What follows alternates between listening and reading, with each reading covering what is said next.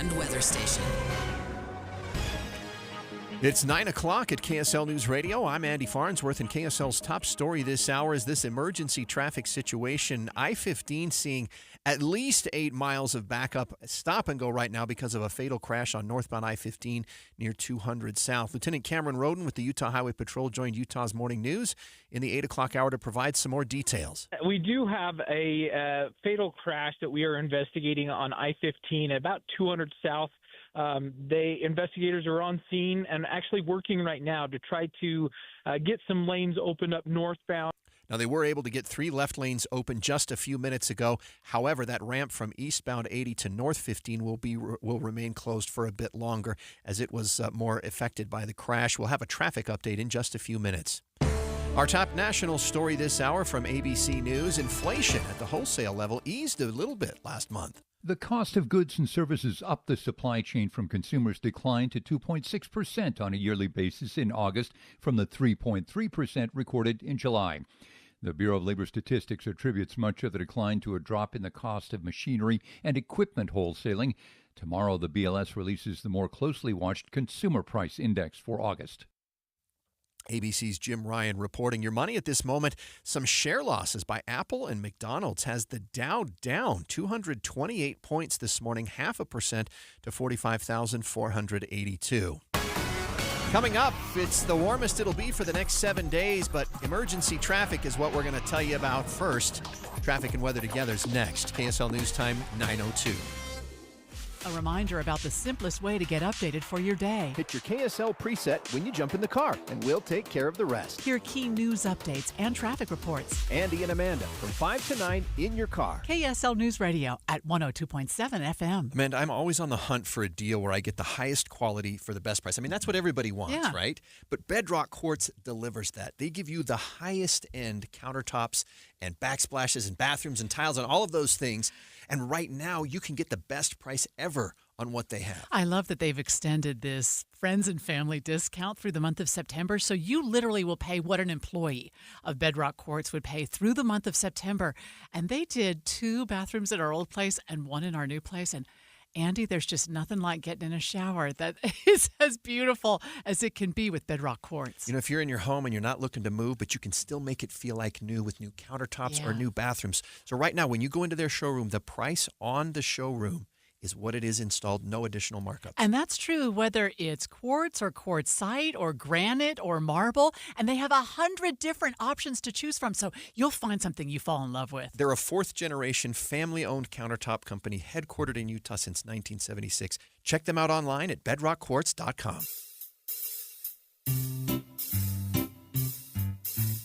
1877 Cards for Kids. KARS Cards for Kids. 1877 Cards for Kids. Donate your card today. 1877 Cars for Kids. KARS Cars for Kids. 1877 Cars for Kids. Donate your car today. Donate your car today at carsforkids.org. That's cars with a K. Your car, running or not, can be picked up as soon as the next day. You'll get a maximum tax deduction and a vacation voucher. 1877 Cars for Kids. KARS Cars for Kids. 1877 Cars for Kids. Donate your car today. Now accepting donations of land, homes, buildings, or any kind of real estate. Hi, I'm Ty Detmer. We buy our jewelry from Sierra West Jewelers because of the great service, large selection, the diamond education, and the lowest prices. Sierra West Jewelers offers a VIP service package that my wife and I love. The VIP package includes free lifetime warranty, 50% off men's band with purchase of engagement ring, a free electric ring cleaner, a free $50 gift card to Ruth's Chris Steakhouse, plus 14 other free services. Buy at Sierra West Jewelers. I promise you'll never regret it. Hello, this is Tim Branscombe, founder and president of Sierra West Jewelers. If you're looking for that special gift or if you need it custom made, come to Sierra West Jewelers, where we have the largest selections of rubies, sapphires, and emeralds, diamond earrings, bracelets, and pendants. Sierra West Jewelers are guaranteed to be half the price of the big chain stores. Sierra West Jewelers, across from the malls in Sandy, Orem, and Murray, or at sierrawestjewelers.com. Emergency traffic brought to you by Mountain America. Turn everyday spending into an extraordinary escape. And Heather Kelly, what's the update? Well, it's probably going to take you at least an hour additional of northbound I-15 coming up from Midvale all the way into downtown Salt Lake, where we have two right lanes of the freeway shut down. Just before you get to 600 North, only 3 left lanes are open. But originally the freeway had been completely shut down, so that's a little bit better. But you cannot transition from eastbound I-80 coming from the airport to go northbound I-15. That ramp will stay closed for several more hours. Southbound I-15 out of Davis County also stop and go from the north interchange into downtown, as so many people were trying to exit onto 600 South. That has backed up the southbound traffic. We also have crashes on the 201 freeway before Bangerter Highway causing delays. We've got one on I-215 heading east just before you get to the Highland Alpine exit. That has all lanes of the freeway closed at the moment because they're moving this crash from the left side of the freeway to the right side of the freeway. That has traffic backed up to I-15 South Interchange. And you've got several crashes on the west side belt northbound, causing delays from Taylorsville all the way to California Avenue. Grass drinks up a lot of water, but water-wise landscaping thrives by using less. Visit slowtheflow.org to learn how to replace your grass and earn cash incentives. Heather Kelly in the KSL Traffic Center. Well, KSL weather this morning will be sunny, but then some clouds will move in. Expect a breeze, but no rain. Highs in the upper 80s. Right now it's sunny and 72 degrees. I'm Andy Farnsworth from the KSL Common Spirit Health Studios. Listen online at kslnewsradio.com. We are Utah's news, traffic, and weather station.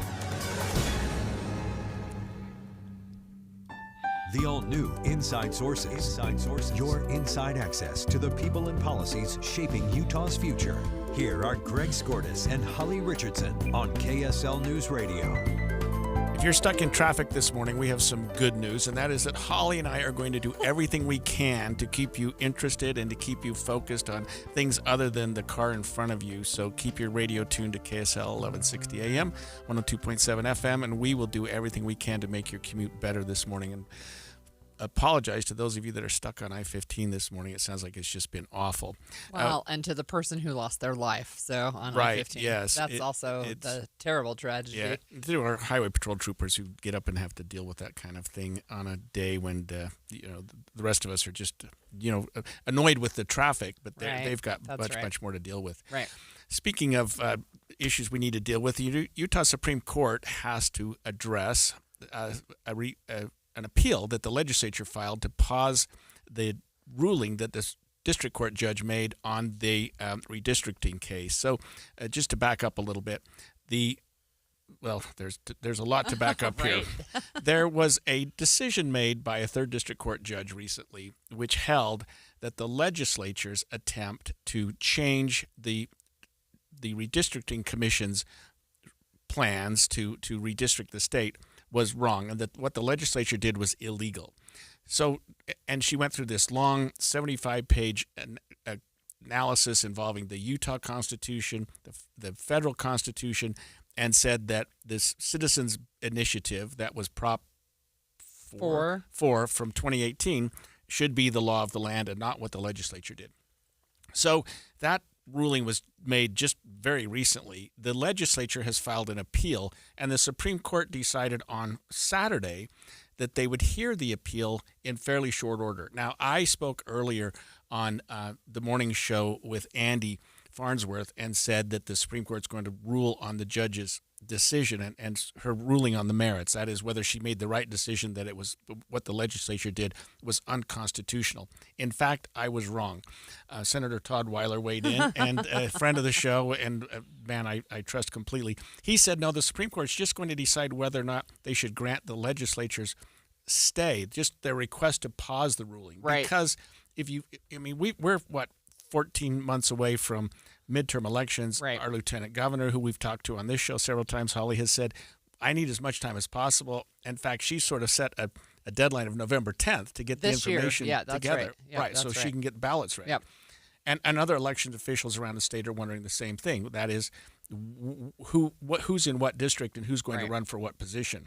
And not only the people who will be candidates for that position, but the people who live in those boundaries. So what voters will be in those districts and what voters will be in what precincts in those districts, right? So anyway, so they did request, the legislature requested that the Supreme Court hold that decision, that they pause it until the 2028 cycle of elections.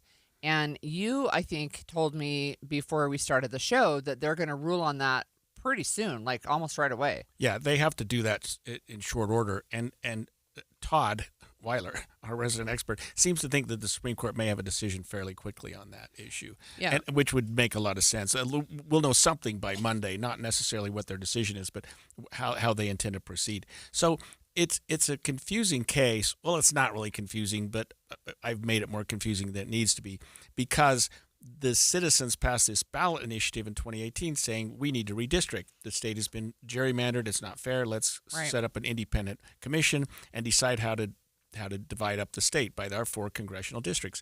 The legislature said, thanks, that's great. We're going to divide it up. And they did divide it up. And the citizens, or a group of plaintiffs representing Utah voters, said, no, you didn't follow the commission's decision. You didn't follow what we thought was a fair way to divide up the districts. In fact, you divided Salt Lake County into 4 congressional districts all by itself, and the rest of the state is so badly gerrymandered. And I'm just plain devil's advocate telling you what the plaintiffs have said, that you didn't follow the citizens' ballot initiative. The court has so far sided with the citizens, but there's an interesting question that we haven't dealt with yet, and that is, and the trial judge is trying to deal with this as well. She's saying, okay, legislature, what you did was wrong, but then where do we go? That's the next step, and that's, I think, why the legislature is asking the Supreme Court to put it on hold, because they're saying, okay, whether we're right or wrong, we still need to have districts. There still has to be a map. Right, and they have the map right now. It's supposed to be submitted by September 25th, and then if everything played out the way the judge has laid out the timing, the Utah legislature would hold a special session on October 6th to be able to vote on those maps. But one of the things that I learned about this appeal by the legislative attorneys is that they are claiming that they don't have enough time to do this because they have to stand back up an independent redistricting commission. Now, the people on the other side, the plaintiffs, are saying that's just a stall tactic that you guys are trying to do. Yeah, and I think both sides have some argument there, because certainly they've had years to get these maps drawn, and the legislature isn't going to just have to make something out of whole cloth. I mean, there are fairly straightforward indicators that they can use to draw the maps up. So I think that both sides need to come to the table a little bit. Now, the judge did something also interesting, and that is that she amended her ruling. That is interesting. And did something because she agreed that she overstepped her bounds. And what she did was this. When she issued her ruling, she ordered the legislature to propose their maps by September 25th. Right. She now has backed off and said, I can't order the legislature to do anything. We got that whole separation of powers thing. So she's changed it to suggesting or offering or making it available that the legislature should do that. I think what she meant to do in her order was order that if people are going to produce maps, they need to do it by September 25th. That's how she should have done it. And then my question is, well, then what, right? Because the legislature's saying, you're right. It is our job. It's not the citizens' job. It's not the judicial branch's job. It's our job, and we did our job. Therefore, I think what they're arguing is throw everything out because you just admitted it's not your job. Yeah, and I think that's a step too far as well. I think what she's trying to say is somebody needs to draw these maps. Legislature weigh in, citizens weigh in, and she's also invited, anybody that wants to can weigh in. So the question's going to be, okay, you've got 27 maps in front of you. Who decides? And that's going to be an awkward position for her to be in. So we'll know a lot more about this, I think, by Monday from the Utah Supreme Court. Hey, stay tuned. All right, Russia has sent drones into Poland overnight, and Poland is a NATO country. Poland has invoked Article 4 of NATO's treaty. We're going to talk about what that means when we come back. I think it's kind of a big deal. Emergency traffic brought to you by Mountain America. We still have 8 miles of pretty much stopped traffic northbound I-15 from Murray into downtown Salt Lake. We're only 2 where only 3 left lanes of the freeway are open. But before you even get there, coming out of Utah County, we have another crash in the Sandy Midvale area that is causing slowdowns through that stretch. If you're eastbound on I-215 between State Street over to the Highland Drive exit, that is also a parking lot due to a crash that shut down all the lanes for a while. Wasatch Front businesses and property managers, GoPave Utah provides all asphalt repairs for your parking. For patching and paving along the Wasatch Front, contact GoPave Utah. GoPaveUtah.com. Heather Kelly in the KSL Traffic Center. Hey, this is Dan the Laptop Man from PC Laptops. Myth. You might have heard that you need to spend a fortune these days to get a powerful computer. Correction. At PC Laptops, we wanted to prove that wrong. So here's the most amazing deal that we've ever done at PC Laptops for you in over 30 years. The new 2025 S1 desktop or SM3 laptop for only $999. You heard that right, $999. You get a blazing fast processor, 16 gigs of RAM, and over a terabyte of blazing storage for $999. What else do you get? Lifetime service warranty, and we have 12 months special financing on approved credit. Take one home today. Hurry in right now because supplies are limited, because at PC Laptops, we love you. Just check us out at PCLaptops.com. $999, PCLaptops.com. I'm Jordan Wilcox, your Utah tax attorney.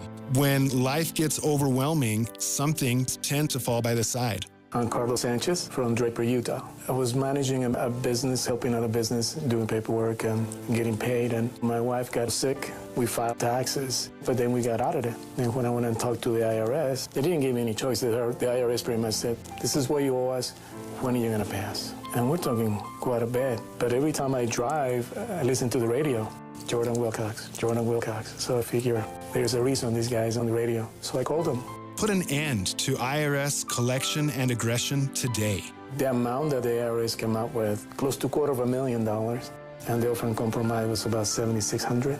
That's it. This is Utah tax attorney Jordan Wilcox. Let's solve your IRS nightmare. Visit endtaxworry.com. Go for it. The outcome, it was worth it. I'm okay. endtaxworry.com. I'm Christian Staples with Arctic Spas. One of our values is to do only what is good for our customers in the long term. Our goal is to have you as a happy Arctic Spa customer even 10 years down the road and longer. This means that we only sell and service Arctic Spas. We are built for the long term because we cut your electric bill in half compared to other brands. We do multi-level seating, armrests, adjustable pillows, and 100% massaging jets to make it more comfortable, so you will continue to enjoy it over the long term. The Arctic Spa has automatic saltwater care and automatic pH control. Less worry means you will enjoy it more over the long term. Focusing on Arctic Spa customers gives you a better experience with our knowledge, training, parts, and accessories that you need for the long term. You will enjoy your Arctic Spa longer, making us the least expensive option over the long run. When you're looking for a long-term hot tub with service for the long term, check us out at ArcticSpasUtah.com, covering all of Utah with stores in Salt Lake, American Fork, and St. George. Arctic Spa, the only spa built for Utah's harsh climate, and the best long-term choice for you. Wesley Financial Group is not a law firm, and Chuck McDowell definitely not an attorney. This is Chuck. If someone talked you into buying something really silly and you want to get out of that silly little thing, my advice, get the facts. Call me and I'll send you our timeshare exit kit absolutely free. Inside, you'll learn how timeshare works and all your options for cancellation. Call Wesley now for your free exit info kit. 800-486-9600. That's 800-486-9600. This is the story of the one. As a custodial supervisor at a high school, he knows that during cold and flu season, germs spread fast. It's why he partners with Grainger to stay fully stocked on the products and supplies he needs, from tissues to disinfectants to floor scrubbers. All so that he can help students, staff, and teachers stay healthy and focused. Call 1-800-GRAINGER, click Grainger.com, or just stop by. Grainger, for the ones who get it done. Sure. Humans can be a little weird at times, but take it from me, I'm a dog. And a person is about the best thing that can happen to a shelter pet. So if you want to learn how you can be that person, get down to your local pet shelter or visit theshelterpetproject.org. Brought to you by the Ad Council. The new Inside Sources. On the heels of a September 7th Russia launch of attack of some 800 drones into Ukraine, we are now learning that there were a number of drones, at least 19 drone incursions detected in Poland. Polish officials were able to shut those down using NATO resources. ABC's Tom Sufi-Burridge has more. Poland saying 19 Russian drones violating its airspace.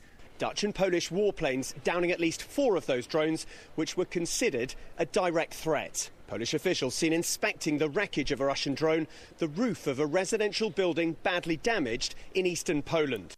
And they used Polish F-16s and Dutch F-35s participating with this defense. So obviously, U.S. supplied and NATO supplied warships to put these down. But this is something I don't know that Russia's responded at all. Whether this is just a bad shot that we overshot Kiev and got into Poland, or whether this is deliberate. But if it's deliberate, we're headed in a terrible direction. So Poland says it's deliberate. Russia says that, first of all, there's no proof that they were Russian. And look, one of the things that the international community is saying, not the United States yet. I haven't seen anything about the United States weighing in, but the international community is saying, look, it's basically a trial balloon, right?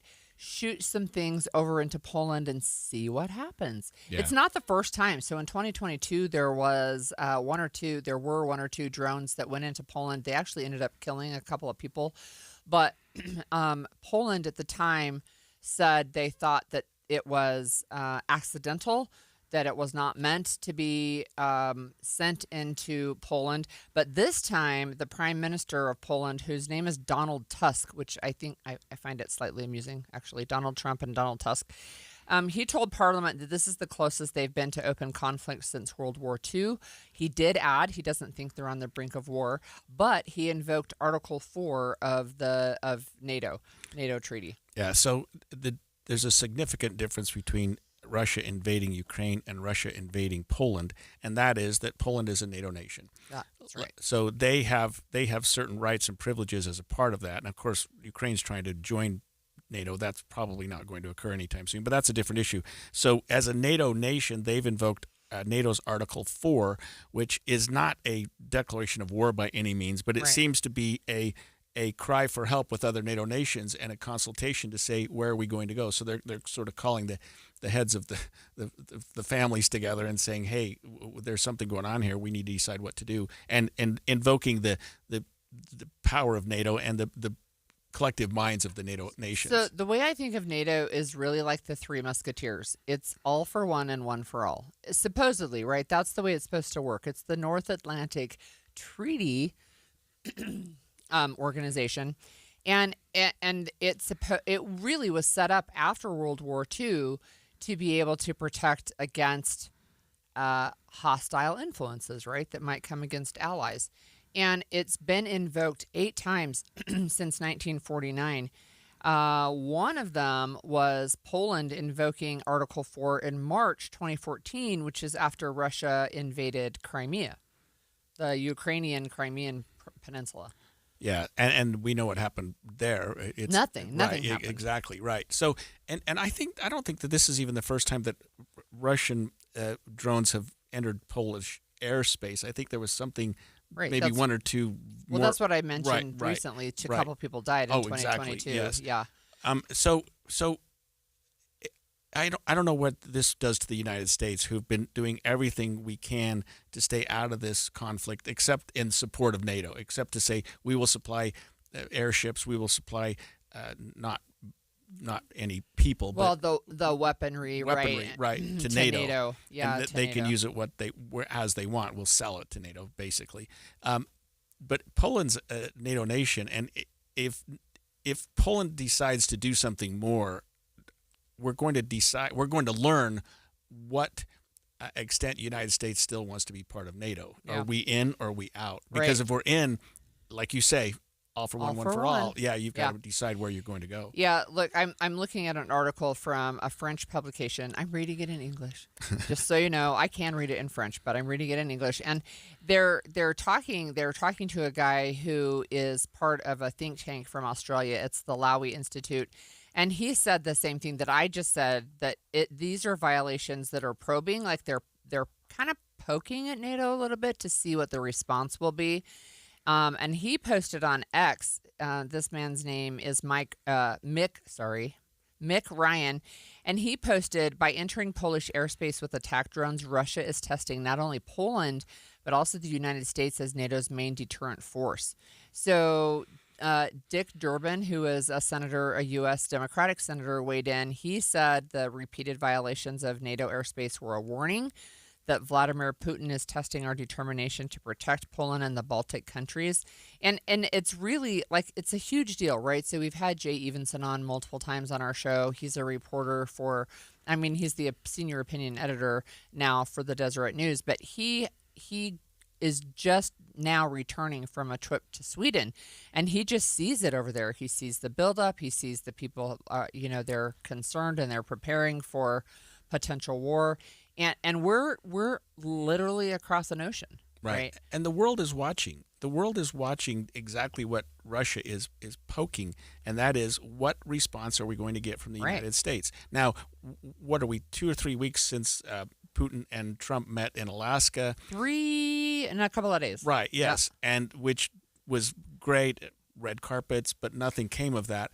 A week or two later, we see Putin with Chinese leader, North Korean leader, a leader of India, and they're seemingly locking arms at a big military parade, and all the while, Putin is continuing to bombard Ukraine. Yeah, hundreds of drones a night. 800 one night, just I think Sunday night, plus another 15 or 16 cruise missiles that came into Kiev. I mean, it was one of the worst airstrikes they've had since the war started. Right. Now we're going into Poland. I mean, you're right. Russia is seeing how far they're going to go before the United States reacts, and they're watching how the United States reacts. And right now, whatever your political affiliation is, we're not reacting, or at least we're not doing much. Not that I've seen, right? Not at least not a lot. And one of the things I think that I learned from looking at what happened in 2014 with Crimea is that we didn't do anything. And it emboldened Putin, right? There were sanctions, there were UN sanctions, and there was a strongly worded letter that said, don't do this, Mr. Putin, you shouldn't do this. Of course, that didn't do anything. And so in February 24th, 2022, Mr. Putin sent tanks into Ukraine and said, I'm going to take over this country. Right. And that's been 3.5 years. Yeah. And that mess has just over 1 million casualties total. I think on the Russian side alone, over 1 million casualties. It does seem that that war is going more and more in favor of Russia as Ukraine. I don't think it is, actually. I don't think it is. And one of the places that I go to look for that information is the Institute for the Study of War. And one of the things that they say they keep a tally. First of all, it has been incredibly costly in human lives. We know that Mr. Putin doesn't seem to care about human life. He just sends people into the meat grinder. But it's also been incredibly costly in, I guess, the ruble, expense, right? In actual monetary funds. And if there were to be any kind of monetary collapse, he's going to have to be propped up by China and India, which he could be. But if that were to be cut off for some reason, right, and you're seeing this at least conversation about imposing additional pressure on not using Russian oil and gas, they don't have the money to continue producing new weapons. They're using weapons that are World War II leftovers. Yeah, and a huge part of the Russian economy depends on the sale of oil and gas overseas. Yeah. And if China and India are your only customers, of course they'd be big customers, but that's still going to be a huge hit because Europe was a huge buyer of Russian natural gas. Yeah, that's right. When we come back, the nation's report card gave sobering marks to American 8th and 12th grade students, 8th through 12th grade students in science, math, and reading. Secretary of Education Linda McMahon said Tuesday's report confirms, quote, devastating trends in U.S. educational system. We'll talk about that after the break. 9:30 at KSL News Radio. I'm Andy Farnsworth. KSL's top local story this hour, the Salt Lake City Council voted to approve funds to help the 4 businesses that burned in the Main Street fire. KSL News Radio's Brianna Willis reports. Whiskey Street, White Horse, Los Tapatios, and London Bell can receive an interest-free loan of up to $100,000 that can be repaid over a 5-year period. In the proposal, the city emphasized that the loss of these businesses has created a gap in the downtown core block and impacted over 250 employees. In addition to the city loan, nearly $500,000 has already been raised by the Downtown Alliance to help employees. Our top national story this hour from ABC News. This year, both Meta and TikTok expanded their features aimed at keeping younger users safe on the internet. And now, another social media company is following suit. ABC's Mike Dubusky has details. Snapchat calls its new online course The Keys, which platform safety head Jacqueline Boucher says is meant for teens to take alongside their parents. We're looking to ignite critical thinking in teens' brains. The 45-minute course presents hypothetical scenarios dealing with subjects like cyberbullying, nude images, and drug paraphernalia, offering tips on how to deal with that material if a teen encounters it online. Mike Dubusky, ABC News. Well, your money at this moment, the Dow is struggling this morning, down 255 points. That's 0.5% to 45,455. Coming up, we've got a portion of the freeway reopened that was closed earlier this morning, but still plenty of delays to tell you about with emergency traffic next. KSL News Time 9:31. The sources where we get our news matters. When you listen to Utah's Morning News, we want you to feel the stories are important to you and trustworthy. This is Amanda Dixon. And I'm Andy Farnsworth. Join us weekday mornings on KSL News Radio. Step back in time and discover treasures from every era at Duke's Jewelers Estate Jewelry Trunk Show. Join us September 26th and 27th for a rare chance to shop one-of-a-kind pieces spanning over 200 years of design. From the romantic curves of Victorian jewelry to the flowing artistry of Art Nouveau, the refined elegance of the Edwardian era, and the bold geometry of Art Deco, you'll find history's most iconic styles all in one place. Whether you're drawn to the playful charm of retro designs, the sleek lines of mid-century classics, or the nostalgic sparkle of modern vintage, there's something waiting to tell your story. But remember, this event happens just one weekend a year, and these pieces are truly one of a kind. When they're gone, they're gone. Don't miss the Estate Jewelry Trunk Show, September 26th and 27th at Duke's Jewelers Springville. Duke's Jewelers, where history, artistry, and elegance come together. If you're 55 or older and into that whole saving money thing, T-Mobile has an exclusive phone and internet bundle just for you. Right now, get 2 unlimited phone lines plus 5G home internet for just $30 each per month with AutoPay, plus taxes and fees. And with 5G home internet, setup is easy with just 1 cord and no technician needed, which is great if you're also into that whole keeping it simple thing. Switch now and experience the best mobile network in the U.S. Visit your local store to start saving. T-Mobile, it's better over here. Based on analysis by Ookla Speed Test Intelligence data Q4 2024 to Q1 2025. Ookla trademarks used under license. Unlimited on our network. Customers on voice plan may notice speeds lower than other customers and further reduction if using more than 50 gigs a month due to data prioritization. Video streams and SD on this plan. Home internet pricing after $20 a monthly bill credit plus $5 per line without autopay. Debit or bank account required. See 5G device coverage and access details at T-Mobile.com. Don't let the wrong gear ruin your time in the field. Upgrade your arsenal with premium brands at great prices during the Shields Hunting Sale event now through September 14th. Score free tax stamps for suppressor purchases over $5.99 and save big on Sitka, Lucky Duck, Shields Outfitters, and shot shells from the top brands. Join the community of hunters who trust Shields experts to outfit their adventures and get more bang for your buck now through September 14th at Shields. Emergency traffic brought to you by Mountain America. Turn everyday spending into an extraordinary escape.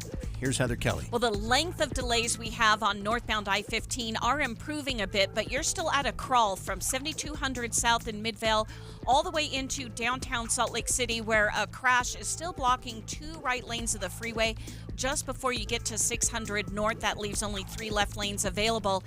But we've had so many other crashes on all the other roadways because people are taking these roads that they don't normally take, and it's adding increased volume to the roads. The worst one after I-15 is going to be the west side belt, northbound I-215 between 35th South all the way up past the I-80 interchange. And we've got a couple of crashes thrown in there for good measure and lane restrictions. And then we've got a crash on the 201 freeway eastbound just before you get to Bangor Highway.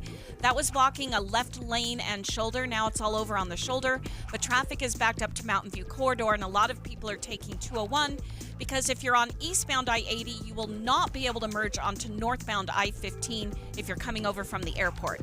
Use Superior Water and Air for all your HVAC and water treatment needs. Call 974-9090 or visit superiorwaterandair.com. Superior Water and Air, we got this. Heather Kelly in the KSL Traffic Center.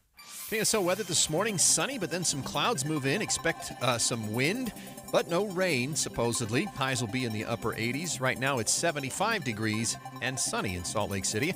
I'm Andy Farnsworth from the KSL Common Spirit Health Studios. Listen online at kslnewsradio.com. We're Utah's news, traffic, and weather station. The all-new Inside Sources. Your inside access to the people and policies shaping Utah's future. Here are Greg Skordas and Holly Richardson on KSL News Radio. Well, there's a report card out, the nation's report card, and it's giving sobering results for U.S. students entering and exiting high school. ABC's Brian Clark has more about this disturbing trend in education. The nation's report card measures academic achievement in 12th and 8th graders, and the numbers show a continued decline. In reading, 32% of high school seniors scored below basic, meaning they could not find details in text to help them understand meaning.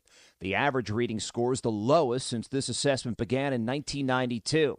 In math, just 33% of high school seniors were considered academically prepared for college-level math. Brian Clark, ABC News. So that means to me, if you were getting this report card as a parent, your child's teacher would want to talk to you. Yes. Not doing that great. It's interesting to me to talk about that data and to see that this is the first full assessment that they've done since the pandemic. Utah is doing a little bit better, but there are still some concerns. And we have with us on the line Darren Nielsen. He's the Assistant Superintendent of Student Assessment and Accountability with the State Board of Education. Welcome, Darren. Good morning, Holly and Greg. Can you give us a rundown on how we're doing with students in Utah? Yeah, I think it's important to spend just a minute to understand what the test results that were released yesterday from the National Assessment on Educational Progress, what they can and can't tell us, both as a nation and as a state. They use a sampling process to complete that assessment, and they don't. You might have noticed they don't provide state-level results for that 12th grade administration. That's primarily because the sample size is relatively small. They have a test that they administer every other year, every second year, and that's called the NAEP Main. A lot of people refer to it, or the Main NAEP test, where we test 4th and 8th grade students in reading and mathematics. And that sampling is large enough that we can get state-level results. The cohort that's referenced in the report from yesterday is the graduating class of 2024.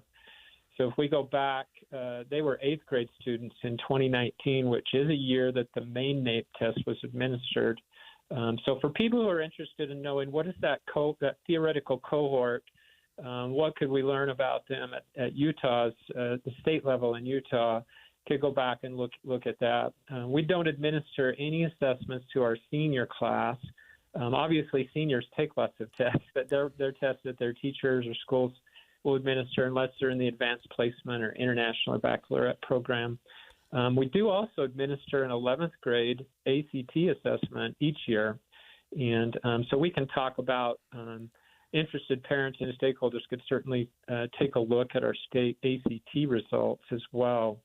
But I think the sobering part about this report from this 12th grade administration is that if we look back to 1992, the students in this cohort performed at lower levels than the students in 1992, which is pretty stunning. So what's going on, Darren? Why? I mean, let's talk first nationally. Why would we have a decline? And then locally in Utah, it seems like we're at least better than the average. Yeah. So let's talk Utah for a little bit. If we look at Maine NAEP, so the NAEP assessment system really has two purposes that it can fulfill that no other, our RISE test or Utah Aspire Plus or ACT, SAT, they can't perform. And that is, they allow us to look at changes over time in our country's educational system, and then they can afford us an opportunity to compare one state to another. Again, the Maine NAEP performs both of those pretty well, and then tracking changes over time. This 12th grade assessment, again, is referencing its ability to do that.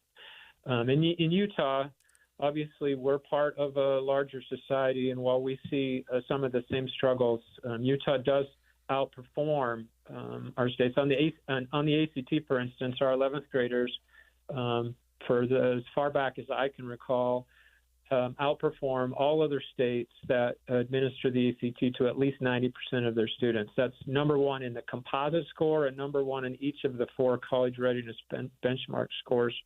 So as we try to triangulate data to understand how well or what areas of improvement we need to make in our own educational systems, whether we're talking at the state level or if I'm a local board member and interested in a particular district or a charter school that I serve on a board for, I want to try to gather as much data as I can.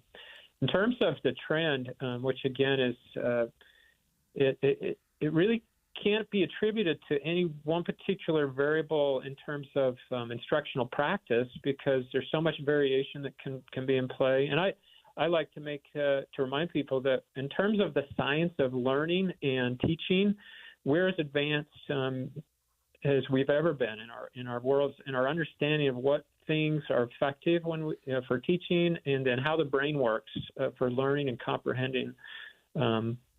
The curriculum materials that we have, I would argue that certainly since I was a student in a Utah school, we have a much higher quality curriculum, access to curriculum materials, including beyond those that are just provided to me by the school. The opportunity to get access to information and resources around various content. So we have better science, I would argue better instruction than we had when I was a student. I graduated in '87 from a Utah high school. Wonderful experience. But when I go into schools today, or even when I was a principal in the early 2000s, I just was amazed at how much better the instruction was than what I experienced. So we have all these things that should be pointing us to better outcomes. So it really causes us to have to reflect on what's at play that's beyond those variables. There is burgeoning research around the effects of phones and distractions, really beyond phones, just the distractions that interrupt our ability to concentrate and focus deeply.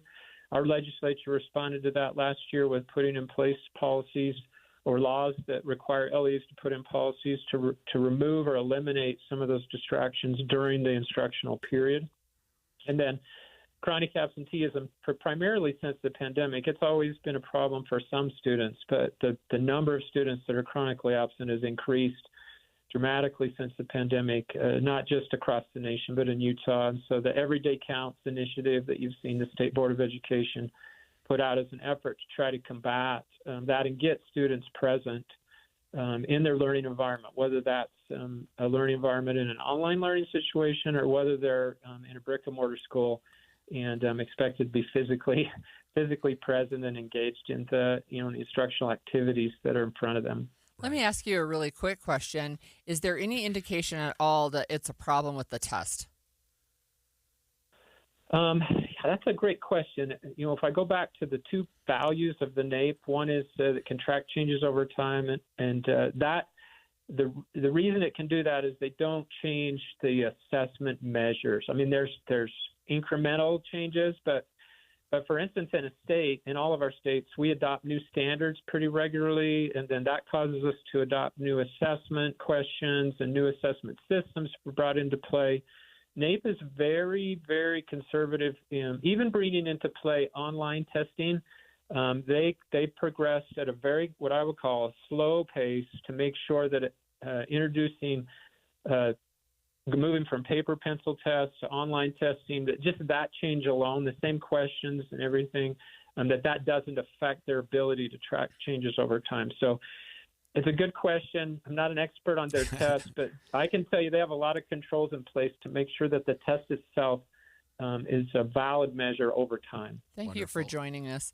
Yeah, that was Darren Nielsen, Assistant Superintendent of Student Assessment and Accountability with the State Board of Education. And look, this is a new one for me. The government of Nepal has basically been overthrown because of a social media ban. Protests over the issue have turned deadly. We're going to have more details on that next. And we're streaming live at KSLNewsRadio.com and on the app for KSL News Radio, sponsored by At Your Service Pros. Emergency traffic brought to you by Mountain America. We still have 4 miles of stop-and-go traffic northbound I-15 between 2100 South and 600 North in Salt Lake City. This is due to a fatal crash that had shut down the freeway for quite some time earlier this morning. Now there are 3 left lanes of the freeway available, but again, those delays stretch all the way back into South Salt Lake. And we've got a crash on the 201 freeway eastbound that is causing big delays between Mountain View Corridor and Bangerter Highway. Wasatch Front businesses and property managers, GoPave Utah provides all asphalt repairs for your parking. For patching and paving along the Wasatch Front, contact GoPave Utah. GoPaveUtah.com. Heather Kelly in the KSL Traffic Center. Amanda, I'm always on the hunt for a deal where I get the highest quality for the best price. I mean, that's what everybody wants, right? But Bedrock Quartz delivers that. They give you the highest end countertops and backsplashes and bathrooms and tiles and all of those things. And right now, you can get the best price ever on what they have. I love that they've extended this friends and family discount through the month of September. So you literally will pay what an employee of Bedrock Quartz would pay through the month of September. And they did 2 bathrooms at our old place and 1 in our new place. And Andy, there's just nothing like getting in a shower that is as beautiful as it can be with Bedrock Quartz. You know, if you're in your home and you're not looking to move, but you can still make it feel like new with new countertops or new bathrooms. So right now, when you go into their showroom, the price on the showroom is what it is installed, no additional markup. And that's true whether it's quartz or quartzite or granite or marble. And they have 100 different options to choose from. So you'll find something you fall in love with. They're a 4th-generation, family-owned countertop company headquartered in Utah since 1976. Check them out online at bedrockquartz.com. KSL offers the best daily newsletter in the state. It's the 3 things you need to know. Every weekday, we deliver quality and relevant content to your inbox. No ads, no spam, just the 3 things you need to know to be informed about the world around you. Subscribe today. Visit KSLNewsRadio.com or text the word inbox to 57500. That's inbox to 57500. No parades, no confetti, just quiet wins that changed everything. Real people, real results. Soda weight loss works. Just ask Ramon. Tying my shoes without grunting, taking stairs without gasping, running around with my kids without needing a break. That's what Soda gave me. In 16 weeks, I dropped 82 pounds. Let that sink in. He lost 82 pounds. That's amazing. Think about all that weight lifted off your bones. I owe my life to Soda. That's not hyperbole. With Soda, you don't feel alone. You get your own nutritionist guiding you every step along the way. What are you waiting for? Just imagine your friends and family's reactions when you show up at holiday parties 30, 40, 50 pounds lighter. Get started now for the best season of your life with our partner program. Because when you join now, your partner joins for free. Go to SodaWeightLoss.com. SOTA stands for state of the art. SodaWeightLoss.com. SodaWeightLoss.com. Soda is, say it with me, state of the art. September means it's time for Any Hour Services free furnace sale. What's up, everybody? I'm Mike Wilson with Any Hour Services, and as summer comes to a close and falls right around the corner, the weather gets, well, perfect. And when the weather's perfect, people need a little extra incentive to replace their heating and cooling system. That's where Any Hour Services free furnace sale comes in.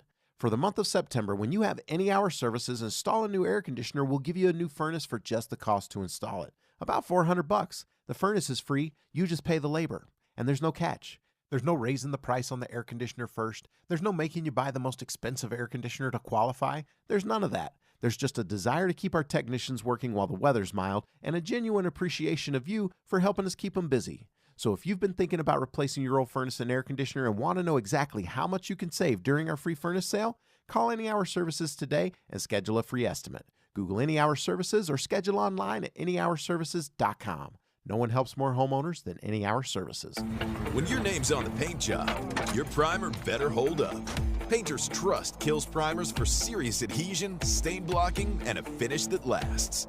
Now, the full Kills lineup is available exclusively at the Home Depot. Need it fast? Get same-day or next-day delivery, or order online and pick it up in-store. Kills primers. Pro results. Faster. The Home Depot. If you're a pro, you know.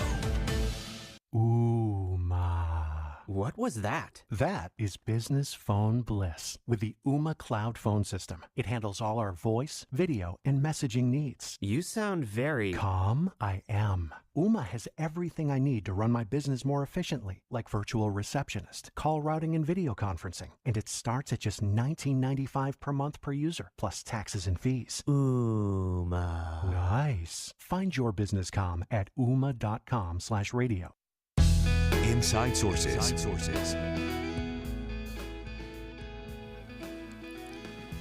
So social media is a thing, right? We've talked about it a lot. We've talked about the dangers of social media. We've talked about the good things about social media.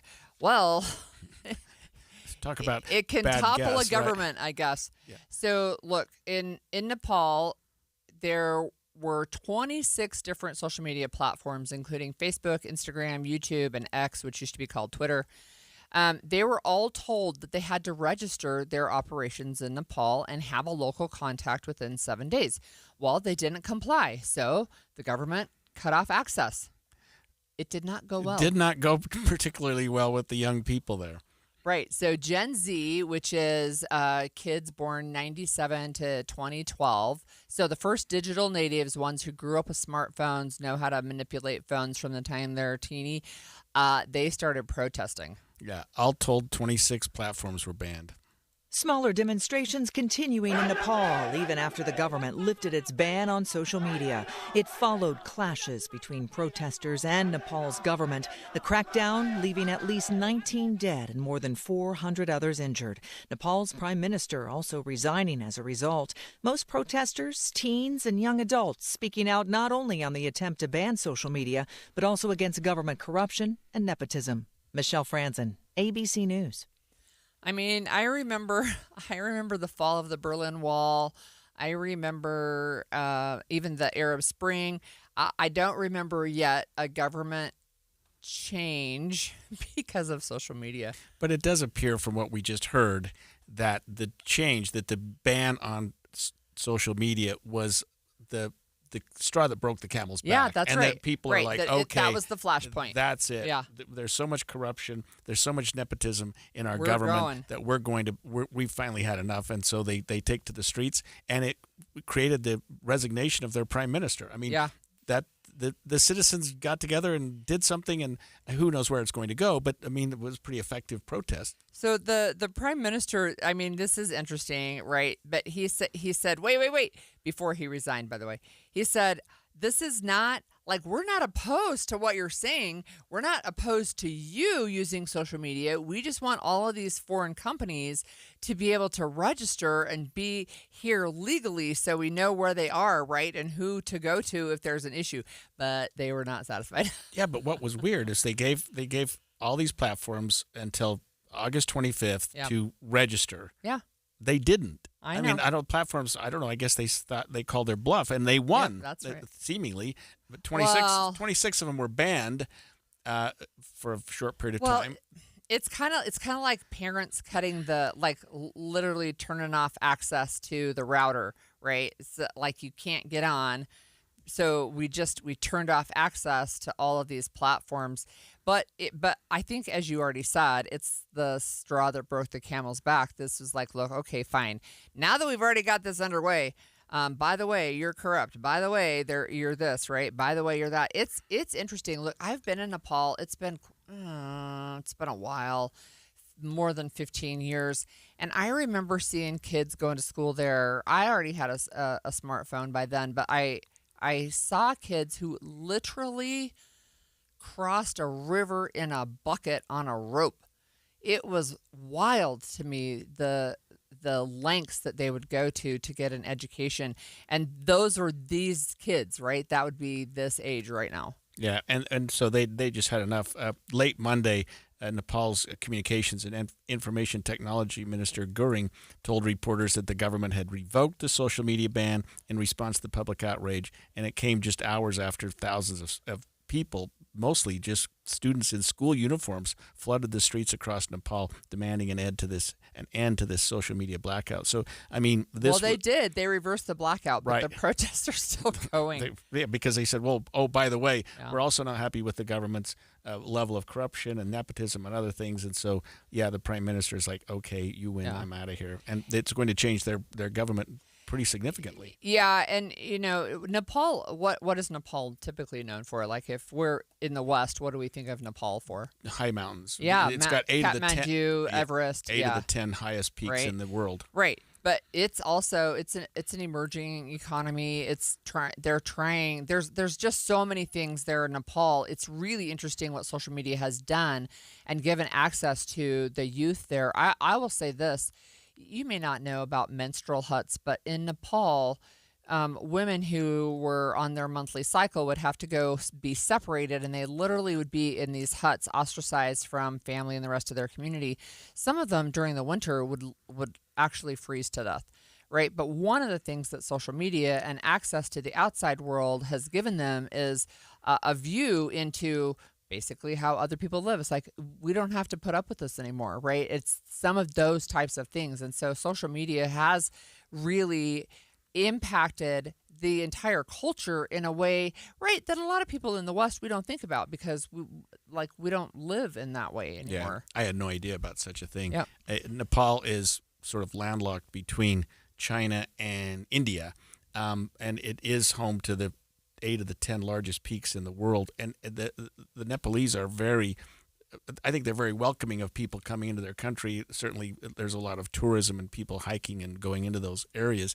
And you would expect that there would be an influx of social media based on that people coming in and talking to them and showing them Facebook and getting them involved in YouTube and Instagram. Well, and I think that they did, and I think that's the reason, right? And so one of the issues that the youth are facing is a super high unemployment rate. So around 20% right now of young people in Nepal are unemployed.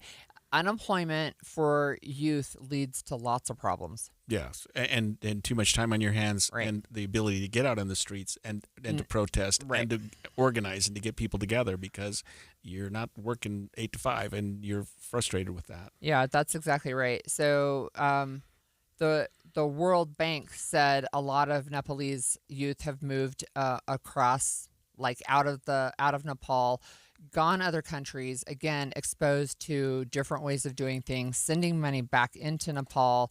In fact, more than 1/3 of Nepal's GDP came from people sending money back into the country. 1/3. Yeah, and it was really just in response to this whole thing was a directive from the government that foreign social media companies had to register their operations in Nepal and appoint a local contact within 7 days. Yeah. It doesn't seem all that disruptive. It doesn't seem all that offensive. I'm sure the politicians thought that at the time. Right. But then you have platforms like Facebook and YouTube, Instagram, X, they just disregard it. They just didn't do anything. Yeah. So if they get banned, they get blocked, and the citizens are going, wait a second, we didn't sign up for this. So this is an article from CNN, and they're saying that as youth started protesting, and they were doing it by defying curfew and marching down the streets, this is what they're reporting, right? The government started to use excessive force to shoot into the crowd, and from there, once there was lethal force used, then the youth and the crowd, they started smashing windows, they were looting businesses, they set government buildings on fire, they shut down the airport. There is a palace complex, they were storming the complex, right? So and of course they were taking videos. They were posting on social media. Another terrible judgment on the government's part. Ban social media and then fire shots into the crowd of the people that are protesting banning social media. So both of those exacerbated one another. And then they're going to share on social media. Right, yeah. It's crazy. We're going to follow that story because I think it's super interesting. I would have thought that college students were not a high priority demographic for scammers to target, but I was wrong because I don't think they have a lot of money. Having been to college myself not long ago, stay with us and learn how students are getting scammed and ways you can protect your kids when we come back.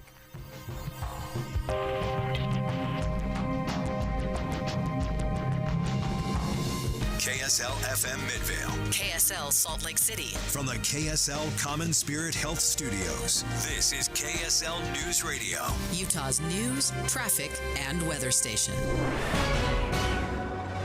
10 o'clock at KSL News Radio. I'm Andy Farnsworth. KSL's top story this hour. We continue to monitor crashes around the Salt Lake Valley, leading to some major delays on the freeways. There are still several miles of delay stemming from a fatal crash that happened this morning on northbound I-15 near 200 South. Investigators are on scene and actually working right now to try to get some lanes opened up northbound. Lieutenant Cameron Roden with the Utah Highway Patrol says they do have 3 lanes open now, passing that crash. But as of last check, we have 10 different crashes impacting your commute at the moment. We'll get more details in just a few when we check traffic with Heather Kelly.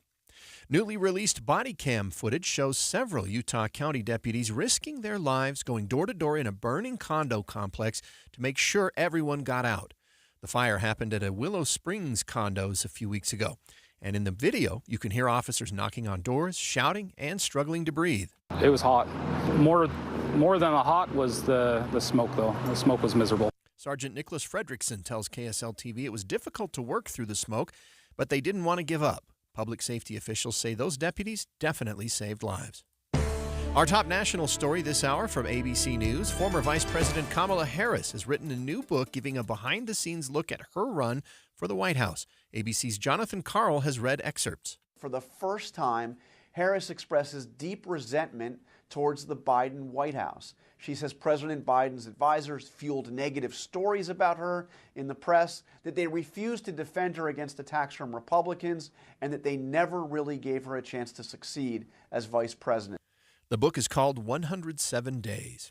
Your money at this moment, the Dow down 198 points, less than 0.5% to 45,514. Coming up hot today, but a cool down starts tomorrow. Plus, we'll update your traffic coming up next. KSL News Time 10:01. Mornings are for recharging. And they're for starting your day right. We volunteer to join you in the car. Get news and weather at 102.7 FM during the most important part of your day. Andy and Amanda, each morning between 5 and 9 on KSL News Radio. $5,000. That's the average amount of money people in the U.S. are now spending on gas in a year. $5,000. That's crazy. If you drive, you have to download Upside, the free app that gives you cash back every time you get gas. That's right. You can earn real cash back with Upside just by buying the gas you're already buying. You can literally start earning cash back today. I use Upside every time I fill up, and I've already made around $200-$300. You're putting gas in your car anyway. Why not get real cash back? If you like free money, download Upside. I'm saving the cash I earn from using Upside to help pay for a vacation later this year. Download the free Upside app now to earn cash back every time you buy gas. Use promo code COOL to get an extra 25 cents per gallon on your first tank. You can cash out anytime right to your bank, PayPal, or a gift card for Amazon and other brands. Just download the free Upside app and use promo code COOL for a 25 cents per gallon bonus on your first tank. That's code COOL for a 25 cents per gallon bonus. The other day, I'm over at a friend's place. He's pumped to watch football, but his setup, total mess. Lagging, buffering, and switching between apps trying to find the game. He claimed he was a big fan, but I felt like I was fan-fished. See, if you call yourself a football fan, you gotta have Xfinity. It's the ultimate sports destination. I can find the best games and my favorite teams all in one place. And the way I watch? Next level. It's the perfect fan flex. I have all the action right in my living room, plus Xfinity's best picture and sound with enhanced 4K. So clear, it feels like I'm in the stadium. Sometimes I've got 4 games going at once because why not? On top of all that, I get real-time notifications and live stats right on my TV. It's the best seat in the house every time. Next game day, make sure that big fan isn't a big fail. Learn more at Xfinity.com. Xfinity. Imagine that. Restrictions apply. Multiview requires Xfinity 4K capable TV box. This message comes from Viking, committed to exploring the world in comfort. Journey through the heart of Europe on an elegant Viking longship with thoughtful service, destination-focused dining, and cultural enrichment on board and on shore. With small ships that bring travelers closer to the destination, there's more time to explore. And every Viking voyage is all-inclusive, with no children and no casinos. Discover more at Viking.com. This message comes from Viking, committed to exploring the world in comfort. Journey through the heart of Europe on an elegant Viking longship with thoughtful service, destination-focused dining, and cultural enrichment on board and on shore. With small ships that bring travelers closer to the destination, there's more time to explore. And every Viking voyage is all-inclusive, with no children and no casinos. Discover more at Viking.com. Now it's time to update on emergency traffic, brought to you by Mountain America. Turn everyday spending into an extraordinary escape. Heather, what's the update? Well, we still have about 4 miles of stop-and-go traffic northbound I-15 from the I-80 East 201 interchange. That's the Spaghetti Bowl in South Salt Lake, all the way up to 600 north in Salt Lake City. 2 right lanes of the freeway remain closed. And if you're coming from the airport eastbound I-80, you will not be able to merge onto northbound I-15 at all. That ramp is shut down, so you'll have to take the west side belt. If you're on the west side belt, we still have slowing northbound between the 201 and I-80 freeways. Part of that is due to lane restrictions, but we also had several crashes there. We also have a crash that just cleared eastbound 201 freeway near Bangerter Highway, but we have them on I-215 east belt. Just before you get to the Highland Drive exit, at least half a dozen cars involved in that one. They've got them mostly now pulled over to the right lane. While you're planning your day, plan for comfort, too, with the Good Feet store.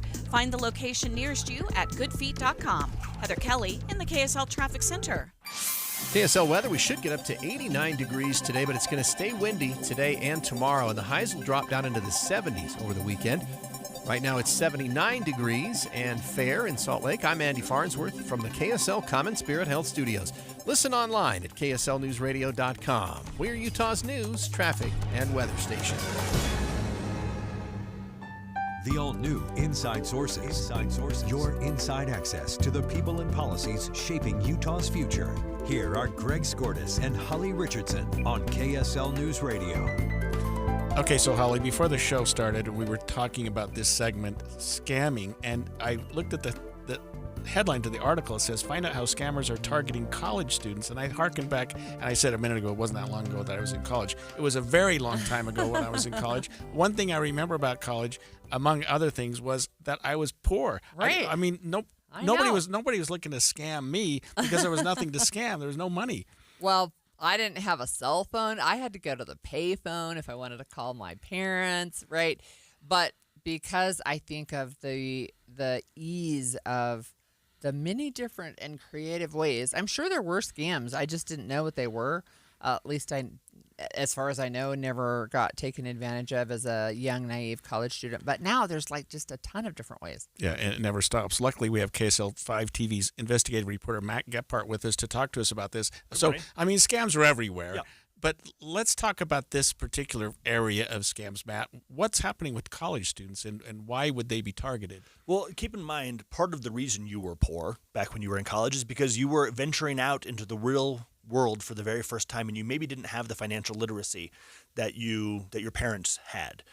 And so, yeah, and also part of the reason you're poor is because you're spending a lot of money on college. Textbooks aren't cheap. Dorm rooms are in theory free, or cheap, but off-campus housing isn't cheap. There are all sorts of things. The reason you're poor wasn't that you didn't have any money. It was just all going to living through college. Right, and you were limited in what you could earn when you're going to college. Right. You're not working full time ostensibly. So tell us about these scammers. What are they doing? Yeah, well, and we see this at the beginning of school years, and we see this at the end of school years. And what they're doing is they're targeting you as you're looking for ways to save. And one of the I think kind of sinister things that where we let our guard down, maybe, is when we are the ones out there seeking information. If you got a phone call saying, "Hi, can I have your credit card number?" Boom, red flags are going off. Right. But if you got on the internet and said, "Where can I find cheap textbooks?" Yeah. And you land on a scammer's website, or if you said, "How can I pay off these student loans? I heard on the news that these things were on again, off again with regards to student loans. Where can I pay those off?" And you get bad information, and you're connected with a scammer. And a lot of this is happening on social media, where on the messenger apps and on WhatsApp and that sort of thing. But it's people who go looking for information, and thus their guard is down because you initiated that conversation. That's where a lot of it is happening. That's a great point. And so, you go in and you say, you gave a perfect example, Matt, which is, "Hey, I've got student loan issues. Is there a place to help?" And they say, "Yes, we can help you. There's a $1,000 upfront fee, and we'll save you $10,000, thousands of dollars in student loan." I mean, you're hooked. Then you pay the money, and nothing happens, and you've been scammed. Yeah.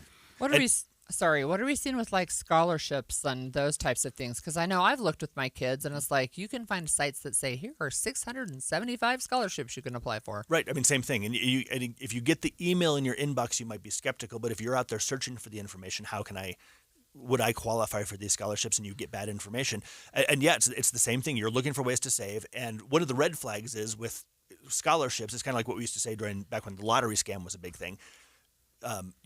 Did you even enter a lottery? They say you have all these winnings. Did you even enter a lottery? But part of the reason the lottery scam worked is because you had to pay in to buy that lottery ticket, right? And so sometimes people would fall victim because they had this sense of they are the one who entered the transaction. And so you're seeing that with the scholarship scams as well. One of the things, though, is and students aren't entirely sure. I have a friend who's applying for college right now. She's 17 and she's applying for all these colleges, and she's going broke just paying the application fees, which are legitimate. And so you don't necessarily have this understanding of what money is appropriate for transactions. With scholarships, generally speaking, no, you don't have to pay an application fee to ultimately get scholarship money back. And so that's one of the things they do. But you don't know. You're paying money like crazy when you're applying at schools.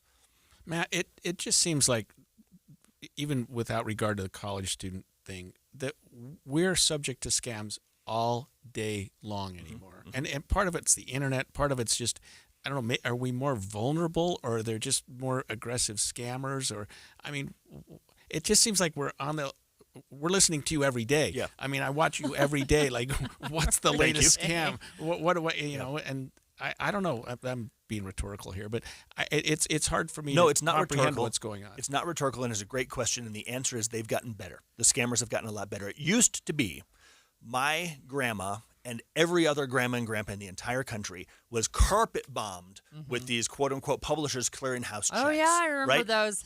And that cost money because they got to put stamps on the envelopes and they got to print it all out. And then it became a lot cheaper because they figured out email, right? And they can send them all out for a lot cheaper than that. And then they got smart and they realized, I'm not going to go after people of a certain age. I'm not going to go after college students in general. I'm going after Greg. I'm going after Holly. And they do their homework and they get on social media. Social media has made it way easier for these scammers. And they go on there and they figure out everything about you. And they figure out when you're traveling and they figure out where you went to school and they find out all this information about you. And then they target you and then they work you for months. And because if you think about it, like with these broad scams, they get you for, oh man, I'm out $200, $300. Oh, that stinks. I'm not really happy about that. But when they target you and they get you into these relationships, these trusting relationships, think about the things you've shared with somebody you love. Think about things you've shared with somebody you trust, your personal banker, whatever the case may be. And if they can convince you have that kind of relationship, they can get you for way more money. So the really interesting statistically, and we've talked about this before, is we're seeing the number of victims actually come down a bit, but the number of money that is lost go way, way, way up. And the other thing that we're seeing statistically that I think is interesting is you think of people who are maybe losing they're getting a little old, getting a little senile. Those tended to be where scammers found their victims. Sure. The number one place where scammers are finding their victims now is ages 20 to 29. And it's social media. It's people who grew up with tech at their fingertips and think they know what they're doing. And they have just become so sophisticated at targeting individuals and able to get into their bank accounts. So what can kids do to protect themselves and or their parents? Just be a cynic. Be a cynic and be skeptical. Seriously, Yeah. be Oh, a I cynic and agree, be yes. skeptical. And even if you initiated the phone call, don't trust it. Don't assume that it's true. It's important, and there's lots of information with this story on KSLTV.com about these specific scams targeting students. But be very mindful of what you put out on social media. I have done stories before about somebody who posted a picture. I'm graduating. Woohoo! They're throwing their cap in the air. That was enough for a student, for a scammer to see that person, figure out who their parents were, contact their parents and say, we're not releasing their diploma unless you pay this because they're behind on student dues. Yeah. They're not ransom, but behind on student dues. And they didn't fall for that one, but it's really, they're targeting you. Yeah. We saw Callie's picture of her tossing her hat in the air.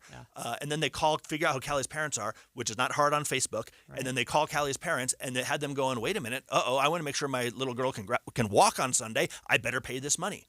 Wow. That's incredible. Thanks for joining us. That's incredible and depressing. Yeah, it almost seems like the default position is assume you're being scammed and then go forward. Right. All right. Look, did you know that a heart attack in women looks really different than a heart attack in men usually? I didn't. Well, it does. And Melinda Gates, who has a lot of money, is spending $100 million of it to speed up research on women's health, including cardiac health. That's coming up next, streaming live at KSLNewsRadio.com and on the app for KSL News Radio, sponsored by At Your Service Pros. Emergency traffic brought to you by Mountain America. We still have significant delays northbound I-15 between the Spaghetti Bowl in South Salt Lake all the way to 600 North exit in Salt Lake City. This is due to a fatal crash that still has 2 right lanes of the freeway closed. And if you're coming over from the airport on eastbound I-80, you will not be able to merge onto northbound I-15. That ramp is also closed, but you do have 3 left lanes of northbound I-15 open, so at least traffic is getting by now. Wasatch Front businesses and property managers, GoPave Utah provides all asphalt repairs for your parking. For patching and paving along the Wasatch Front, contact GoPave Utah. GoPaveUtah.com. Heather Kelly in the KSL Traffic Center. I am not a rich woman, but I feel like a rich woman every time I go in my closet. The best, hands down, present I've ever received was my husband secretly redid my closet with Closets by Design. So now when I go in there aren't all these shoes just junked on the floor. They're neatly sitting on their shelves. And my necklaces are hanging on their individual hooks, and earrings are in their little squares in this soft drawer that pulls out. It's just gorgeous. In fact, he saw how much I loved it. He had Closets by Design redo the garage. So now all the stuff, the tools, the toys, the junk is all in cabinets. When you open our garage door, you see cars. That's it. It's amazing. The things that Closets by Design can do, and it's going to save you money right now because you get up to 40% off plus an additional 15% off with 18-month financing. You can do so much with your closet, much more than you realize, with this wonderful Utah company, Closets by Design. Find out more at 1-800-BY-DESIGN or closetsbydesign.com. That leaf pile is 100 feet tall. Your dad can't handle this. Not without the right equipment. Yard work piling up? Gear up for fall with John Deere. Get $750 off select mowers, $2,000 off select Gator UVs, and $3,000 off select compact tractors. Did I hear your dad got a John Deere? Yep, bad day to be a leaf pile. Gear up for fall at an authorized John Deere dealer, now through September 30th. Learn more at johndeere.com/gearupforfall. Ready to order? Yes. We're earning unlimited 3% cash back on dining and entertainment with the Capital One Saver Card, so let's just get one of everything. Everything? Fire everything! The Capital One Saver Card is at table 27 and they're earning unlimited 3% cash back. Yes, Chef! This is so nice. Had a feeling you'd want 3% cash back on dessert. Ooh, tiramisu! Earn unlimited 3% cash back on dining and entertainment with the Capital One Saver Card. Capital One, what's in your wallet? Terms apply. See CapitalOne.com for details. The Utah RV Super Show, the premier RV event of the year, is back at the Mountain America Expo Center Thursday, September 11th through Sunday, September 14th. Come see new 2026 models and special closeout pricing on all 2025 models. The Utah RV Super Show is offering family passes Thursday, September 11th for $10 per family. Unplug from distractions and plug into family at the Utah RV Super Show. Discount passes at UtahRVSupershow.com. Many people worry they're not making the right investment choices inside their 401ks.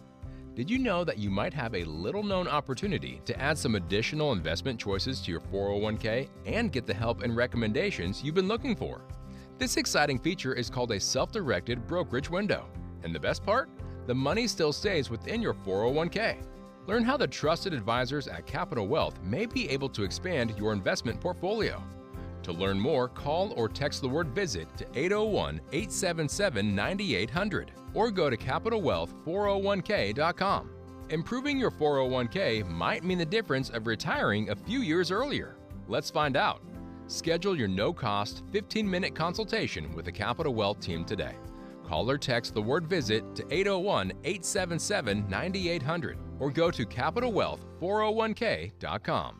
Advisory services offered through Capital Wealth Advisors, LLC, a state of Utah registered investment advisor. Over the years, you've brought opioids into your home. They helped when you were in pain, and you held on to them just in case. But holding on to opioids puts your family at risk. Learn more at www.fda.gov/drug disposal. Getting help with plumbing repairs is easier than you think. All you have to do is call Any Hour Services or schedule an appointment at anyhourservices.com. No one helps more homeowners than Any Hour Services.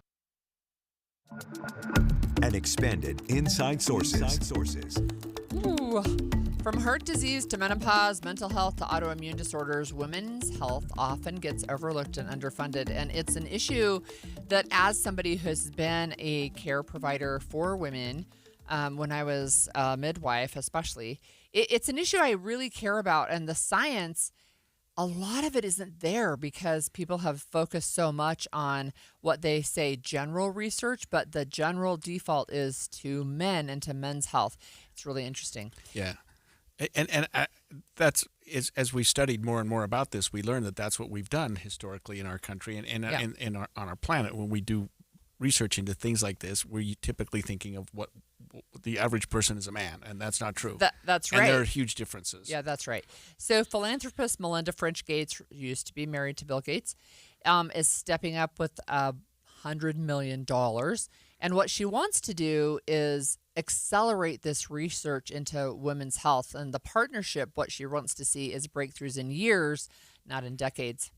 Yeah, let's hear more from Melinda French Gates on Good Morning America this morning. And so this announcement today is $100 million. My organization for women's health, my organization Pivotal Ventures, teamed up with Welcome Leap, who does this kind of research in this space with researchers all over the world.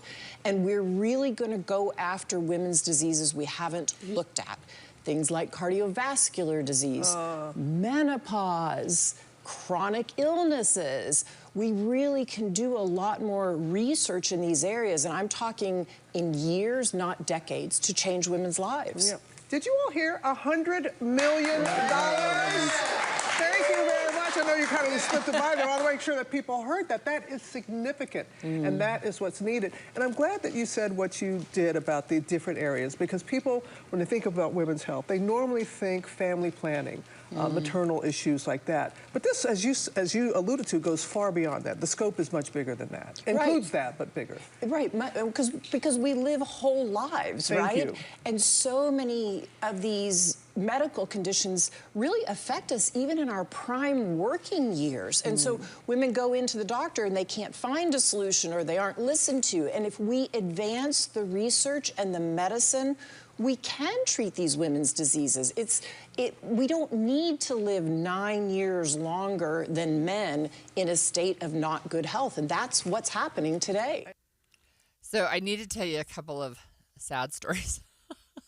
So when my great-grandmother was in her early 40s, she found out that her husband had been stepping out on her, and she was very distraught by that. She felt very betrayed. She was really upset, and she went to a doctor, and the doctor diagnosed her as hysterical, and the solution was to give her a hysterectomy because she was the problem.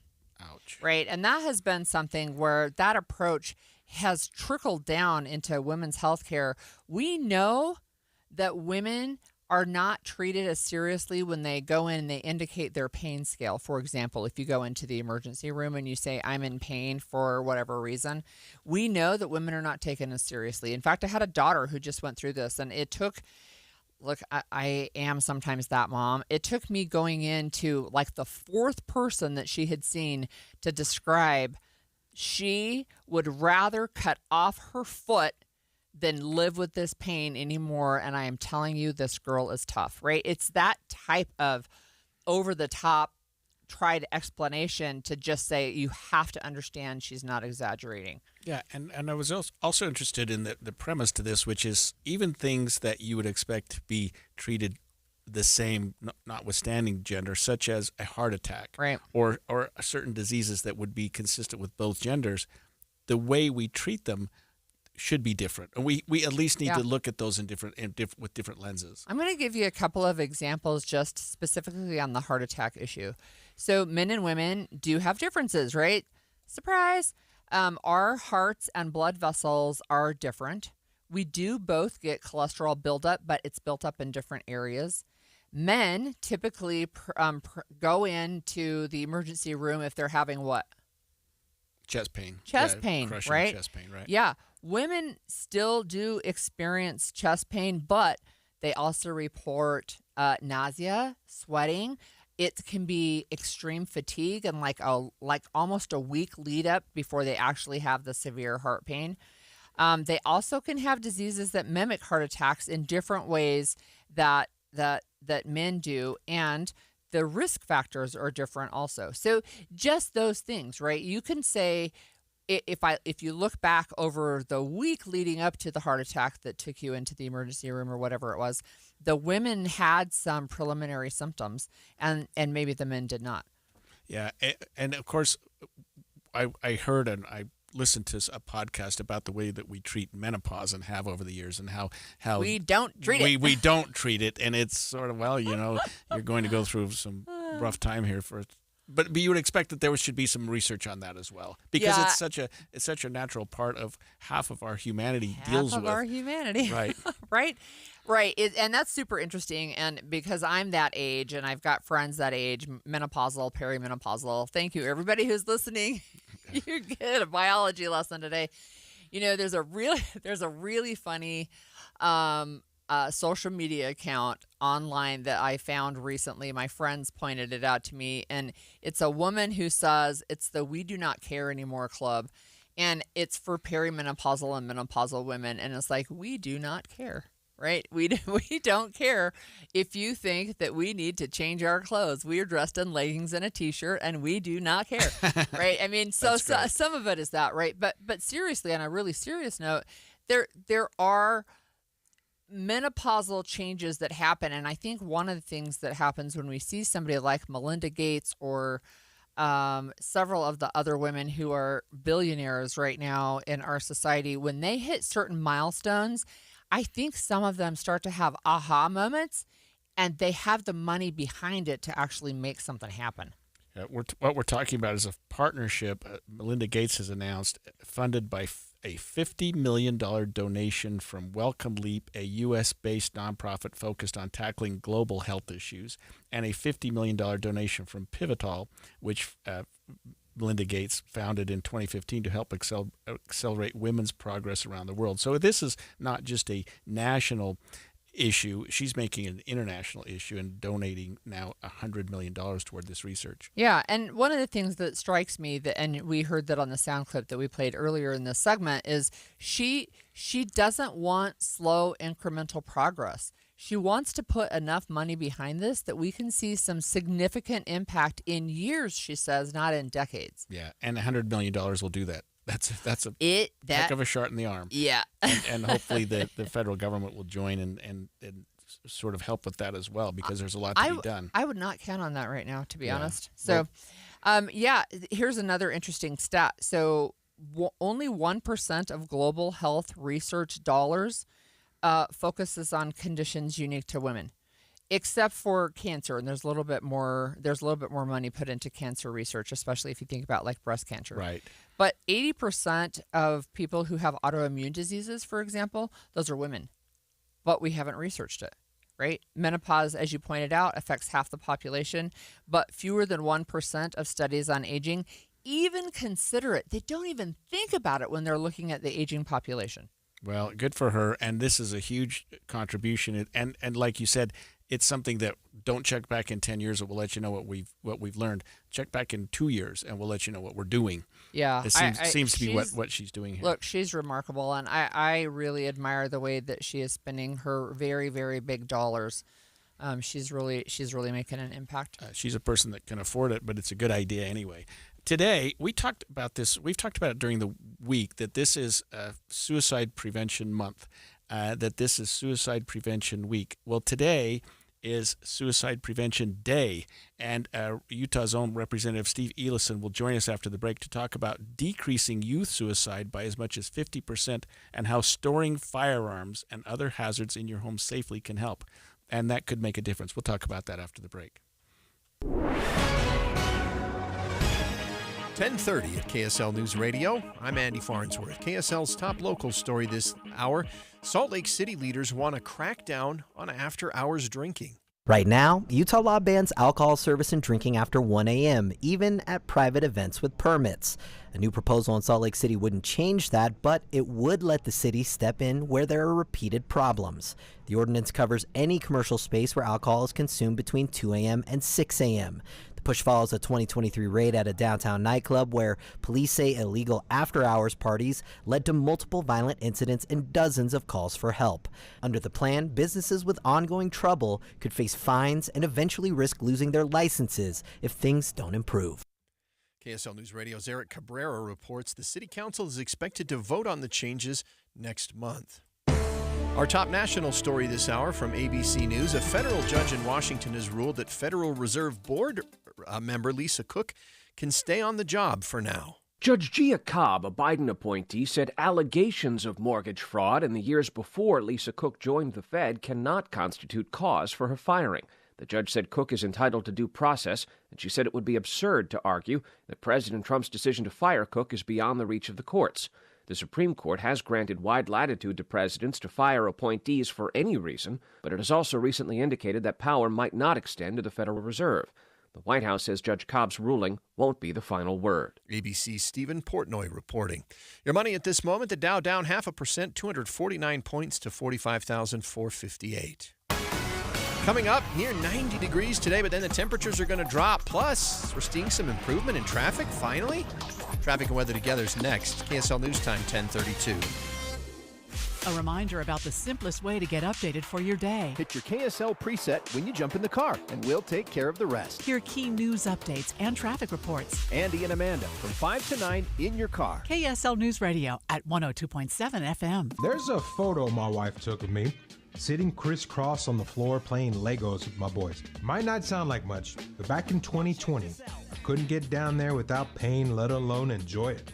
After 16 weeks on soda and 82 pounds gone, that picture means everything. It's proof that I'm not just present in my kid's life, but I'm active, engaged, and I'm healthy. Soda didn't just give me a plan. They gave me a partner, a personal nutritionist who helped me every step. Through grocery store trips, family vacations, late night cravings, you name it. If you're a parent who wants to be there, not just someday, but right now, go to sodaweightloss.com. Click the Request a Nutritionist callback. That's sodaweightloss.com. SOTA stands for state of the art. sodaweightloss.com. Soda is, say it with me, state of the art. Keeping your engines healthy means protecting them in season and out. Experts trust Stable to do that, and third-party testing confirms it. Stable is the industry leader in preventing fuel-related issues, no matter if you use it in your car, boat, or outdoor power equipment. In season or out, at every fill-up or when you store, start with Stable. Tired of hearing scary radio ads about the IRS? Tax Relief Advocates is different. TRA is here to tell you that if you owe money to the IRS, whether it's $5,000 or $500,000, we have a solution. TRA can eliminate or reduce what you owe to the IRS with zero risk to you. We have over 1,000 5-star reviews on Google and an A+ with a BBB. End your tax nightmare today by visiting TRA.com or call 800-275-1728. That's 800-275-1728. The Salt Lake Chamber is Utah's voice for business. Okay, that sounds great, but what does it really mean? Well, as Utah's largest and longest standing business association, they support and champion community prosperity throughout the state. And if you're in business, well, that's a very good thing for you. Be sure to listen to the Chamber's Speaking on Business, weekdays at 7:20, 11:55, and 5:20 p.m. on KSL News Radio. Turn everyday spending into an extraordinary escape. Shop with any Mountain America credit or debit card for a chance to win a $5,000 vacation voucher. Simply tap, insert, swipe, or click to be entered to win now until October 31st. Use any card, win any trip from Mountain America Credit Union. Visit macu.com/anycard for official rules or to apply. Loans on approved credit. Membership required based on eligibility. Insured by NCUA. Limited time offer. Offer can change or be withdrawn at any time. Traffic and weather together brought to you by Mountain America. Turn everyday spending into an extraordinary escape. And let's get an update from Heather Kelly. Well, we don't have emergency traffic anymore, but that doesn't mean you don't still have some pretty slow traffic northbound I-15 between 1300 south up to 600 north in downtown Salt Lake. There's still 2 right lanes of the freeway closed just before you get to 600 north from a crash that police are still investigating. And then the good news is we had 10 other crashes just about 40 minutes ago in the Salt Lake Valley. Now we're down to just 5. 3 of them are on I-15, one of them in Midvale, one in Murray, one in South Salt Lake. There's also a crash on Bangerter Highway. That one is southbound just before you get to 90th South. That one doesn't appear to be causing too many delays in the area. And finally, everybody else on the east and west side belt routes and coming out of Tooele County are all at freeway speeds. Common Spirit hospitals, clinics, and caregivers all connected to advanced healthcare in Colorado, Kansas, and Utah. Healthcare with Human Kindness is here. Hello, Human Kindness. Heather Kelly in the KSL Traffic Center. KSL weather, one more hot day with a high around 89 today, but it's going to be windy. And then it'll stay windy through tomorrow before a cold front moves, with the highs staying in the 70s over the weekend. Right now it's fair, slightly breezy, and 79 degrees in Salt Lake City. I'm Andy Farnsworth from the KSL Common Spirit Health Studios. Listen online at kslnewsradio.com. We're Utah's news, traffic, and weather station. The all-new Inside Sources. Your inside access to the people and policies shaping Utah's future. Here are Greg Skordas and Holly Richardson on KSL News Radio. Today is World Suicide Prevention Day, and all week here on KSL News Radio, we've been covering ways people can get help. As we know, as we've learned this week, suicide is the leading cause of death for young people in Utah, and the safe storage of firearms may be one way to deter youth contemplating suicide, we've learned.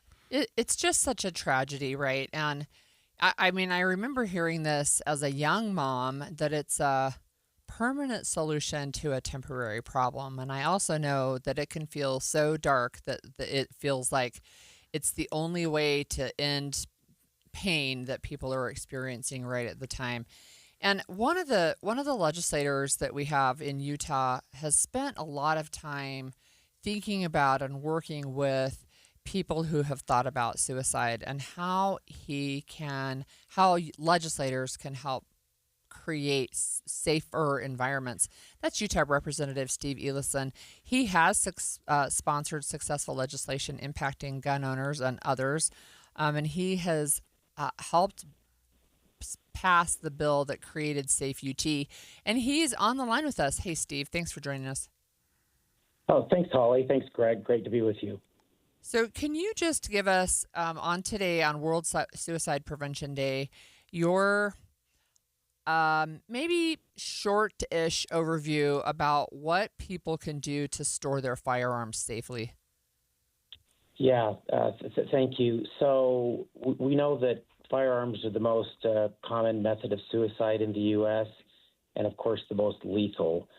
And properly storing firearms is one of the simplest things that we can do to protect our loved ones. Myself and so many others have own firearms to protect their families. But yes, statistically, we know if somebody in that family dies from a firearm, it's very, very likely going to be that firearm during a moment of crisis. So one of the simplest things people can do is to get a cable-style gun lock that takes about, maybe 1 minute to use. They can also get a biometric safe or a regular safe to store that firearm. Storing the ammunition in a separate location is also important. We see a lot of children actually know how to get into parents' gun safes or remove the cable lock, and so having that ammunition stored separately, oftentimes locked, is very important. We also have a safe harbor law in Utah where you can have your firearms stored at a local gun shop or police department, no cost, basically no questions asked. And sometimes that's the most appropriate thing to do if somebody's very suicidal. People can also put their name on a restricted list where for a period of time they're not allowed to possess or even purchase firearms. So we've put a lot of tools in place because just in the past year we've lost about 400 Utahns to suicide involving a firearm. And we know that a crisis is often very brief, and if they don't have access during that intense crisis, access to a firearm, then they're probably going to live. Yeah, that's what really rang true to me, Steve, just because of my own experience, because of my profession, really, with people that have experienced in their family suicide. That it is something that occurs at a kind of at a whim sometimes, and it would seem that it would make tremendous sense if something as easily available as a firearm wasn't quite so easily available, that there had to be some method to think about it for a minute or some pause. And I think that's probably part of your reason for your legislation here, correct? Correct. I have a dear friend, a good friend named Kevin Hines. As a young man, he jumped off the Golden Gate Bridge, and his experience is so similar to other people who've attempted suicide. He said, the second my hands left the bridge, I realized I didn't really want to die. I just wanted the pain to go away. Fortunately, he survived. But most people, after they make an attempt, if they live, they realize, I didn't really want to die. I just wanted the pain to go away. And fortunately, there's lots of ways to help those people get access to resources to address those underlying issues. But if they don't live, they don't get that second chance. And that's why putting time and distance between somebody in crisis or a severe mental health issue and lethal means, whether that's a firearm, medication, or other methods, is absolutely critical to prevention. So, Steve, I've seen the billboards up and down I-15 asking, can I hold your gun for you? Can I hold your meds for you until you feel better, right? Until you feel safer. But I have a question relating to people who say that they own firearms and they want them for self-protection. How do you navigate that balance between we want to keep people who might be suicidal within our home or within, our close environment safe from themselves, but we also want to be able to protect our families against potentially an intruder? Yeah, excellent question, Holly. So one thing the state did is we offered coupons for people who buy a biometric safe. I heard this concern from people that they would want ready access so they don't want it locked up. The good news is they can have the best of both. Takes less than a second to open a biometric safe. That would prevent unauthorized people from accessing the firearm. But to the extent that the firearm owner is having those mental health challenges themselves, that's where we really are trying to encourage people to ask them to ask somebody else to hold their firearm for a period of time, educating people about the signs of a potential suicide, and then they can ask that person, is it okay if I hold your firearm until you get feeling better? And so we're approaching it from all different angles because we know this is one of the most effective, easiest ways that we can address to reduce suicide. Also, school shootings. Most school shooters get their firearms from their parents that have been stored unsecured. It seems also, Steve, that the legislature has done a good job of addressing how social media affects young people and can affect them in ways that encourage them, or at least give them some more notions about suicide than they normally would. Are there other things on the horizon with the legislature as it relates to suicide prevention for our young people? Yes. I've been in for 15 years, and I think 14 of those years I've run mental health, suicide prevention legislation. So we're going to keep working on it until our numbers go down even faster than they're going down. One thing a lot of parents don't know about that's fairly new is I sponsored a bill that allows schools to do evidence-based, age-appropriate mental health screeners on students with parents' written consent. And just in the past 2 years, we've had over 16,000 children screened, and nearly half of those children were referred to either in-school or community-based clinical resources. And so if a parent is concerned about their child, of course, they can always call or text through the Safe UT app and talk to a licensed clinical social worker to get advice. They can also contact their school and ask about the mental health screening nights that are available at no cost. And those are extremely effective to helping identify an issue early so we can get those children the treatment they need and deserve. Thank you so much. We were just joined with Representative Steve Ellison from the Utah Legislature. You know, we're always grateful for the Storm-Tina Vomata Real Estate for their support with navigating Utah's complex housing market. And straight ahead, we're going to talk about how U.S. home prices are dropping, but not in Utah. More on what's behind Utah's unshakable housing costs coming up next. Matthew. Oh, sorry. It's okay. I just need you to listen to me. I know that a lot of times, Mom, it might not seem like I'm listening to you, but I am. I hear you. And what you say really does matter to me. I mean, let's be honest. No kid likes rules, but I get why we have them. I hear you, and I know it's because you care. All the talks we've had over the years, including what you've told me about not using alcohol and other drugs, they stick with me. And believe it or not, they really do make a difference, especially at times that matter most. Hey, want a drink? No thanks, I'm good. So thank you, Dad, for talking and preparing me for what's ahead. Thanks, Mom, for never giving up and always being my biggest fan. Thank you for letting me know what you expect, so I can try to meet your expectations. Thank you for talking. For more information about talking with your kids about underage use of alcohol and other drugs, visit underagedrinking.samhsa.gov. Sign up for KSL Text Alerts. Get breaking news and traffic updates by texting the word news to 57500. Want access to exclusive contests? Text contest to 57500.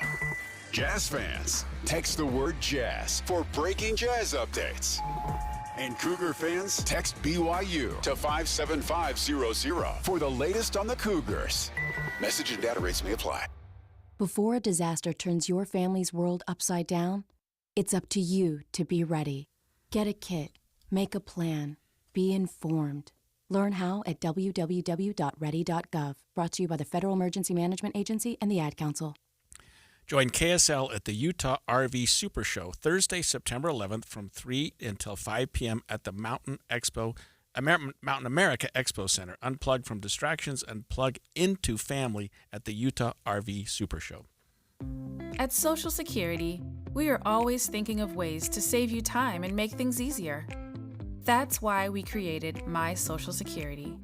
Opening a My Social Security account gives you secure access to your personal record and interactive tools tailored for you. You can see if you are eligible to receive benefits, view spousal benefit estimates, and compare retirement benefit estimates at different ages or dates when you want to start receiving benefits. Already receiving benefits? Use your account to change your address, set up or change direct deposit, get a proof of income letter, and more. In most states, you can also request a replacement Social Security card. Save time. Go online. Open a My Social Security account at ssa.gov/myaccount. Social Security, securing today and tomorrow. Produced at U.S. taxpayer expense. If you've got a gas-powered engine, keep it running like new at every fill-up. Stable in-season protection is your engine's preventative medicine, cleaning and protecting the entire fuel system in season. In outdoor power equipment, prevent gum and varnish buildup that could cause a rough or non-running engine. For cars and trucks, increase fuel efficiency and power by removing deposits, ensuring your engine's long-term health. Stable outperforms the competition in independent lab testing. So at every fill-up, start with Stable. I'm Ed Evans, CEO of Consumer Cellular. We're dedicated to serving people 50 and up like me. Our needs are different. Big Wireless wants us in an unlimited plan, but if you're not using all that data, you're probably getting used. At Consumer Cellular, we're focused on affordable, reliable plans, including data that suits your needs, not ours. Our plans start at just $20, and you'll get the best customer service in the business. Call 1-888-FREEDOM or visit consumercellular.com/facts. Plans include $5 credit for auto pay and e-billing. See site for additional facts. If you're talking, they will hear you. We all want our kids to grow up safe and healthy, so we show them how. And we tell them with honest conversations that let them know what we expect. Not just one time, but every chance we get. That's especially important when it comes to alcohol and other drugs. Kids not only need to know the dangers and how to avoid them, they need to hear it often from you. And when it comes to pain medications, opioids, they need to know that they should never be taken without a prescription and never shared with friends or family. It's dangerous and illegal. So talk with your kids and guide them through the challenges of growing up safe and healthy. Because when you talk, they hear you. For more information about talking with your kids about underage use of alcohol and other drugs, visit underagedrinking.samhsa.gov. So talk, they hear you. You can do it if you try. And expanded Inside Sources. Inside Sources. My goodness, Utah's housing prices just will not budge. They've cooled, the market's cooled a little bit, and we've had Stern team of Omada Real Estate and Russell Fawcett with us explaining why the prices aren't really going down and why houses are staying on the market longer. But look, mortgage rates are up, buyers have been backing off, and the home prices just aren't dropping. Yeah, and you can learn your home's true value in 30 seconds. Visit sternteam.com to find out more. And we are learning that housing prices in Utah or the housing market has cooled, but housing prices haven't. They've continued to escalate in ways that are not consistent with the rest of the country. We have KSL TV's Daniel Woodruff. He was looking into the data and hearing perspective from home buyers and housing analysts. Utah housing prices have climbed little by little, basically every month this summer, and buyers are noticing. Kind of annoying. It seems like all the homes are a little overvalued and people are not really eager to sell. Seems like they don't really need to, maybe more they want to. That is exactly what analysts say is happening. As we've reported in the past, home prices in Utah skyrocketed during the COVID-19 pandemic and then hit a peak in mid-2022. Since then, they've only climbed a little, but they're not falling, despite changes that we've seen in the housing market, like higher mortgage rates. Experts say these stubbornly high prices are the result of several factors. But for the most part, in Utah, the economy is still pretty strong. We're still getting in-migration. People are still moving here. So that demand is relatively still there, and the sellers aren't desperate to sell. So they're not willing to take an offer that is not up to their standard. According to the latest data, the median price for all housing types in Utah sits at $520,000. That's for the last month and the month before. In June, it was $515,000. In May, $513,000. So you can see it's gone up or stayed flat basically every month. And of note, all those prices you see listed there are higher than they were the year before. Now, the silver lining in this housing market that is so wild for so many people is that mortgage rates are falling a little bit, not a ton, but a little. And there are a lot of homes listed in Utah for buyers to choose from. But those are just silver linings. Dealing with these high prices is incredibly challenging for many out there looking to buy a home. And it's interesting, Holly, that $520,000 median house price in Utah includes not only single-family homes, but townhomes and condos. That's a lot of money. If you think about it, over $500,000 for the median house price in Utah. And we talk about mortgage rates. The Fed has not changed the Fed rate But Right. mortgage companies have actually come down. Just a little, yeah. Yeah, we did talk to an economist once on the show, and it explained that to us a little bit. Of course, the Trump administration wants to reduce mortgage rates or interest rates further, which would knock the mortgage rates down as well. But they have come down a little bit. They're not in the area where we got used to 5 or 10 years ago. And they probably won't be. And they probably won't be anytime soon.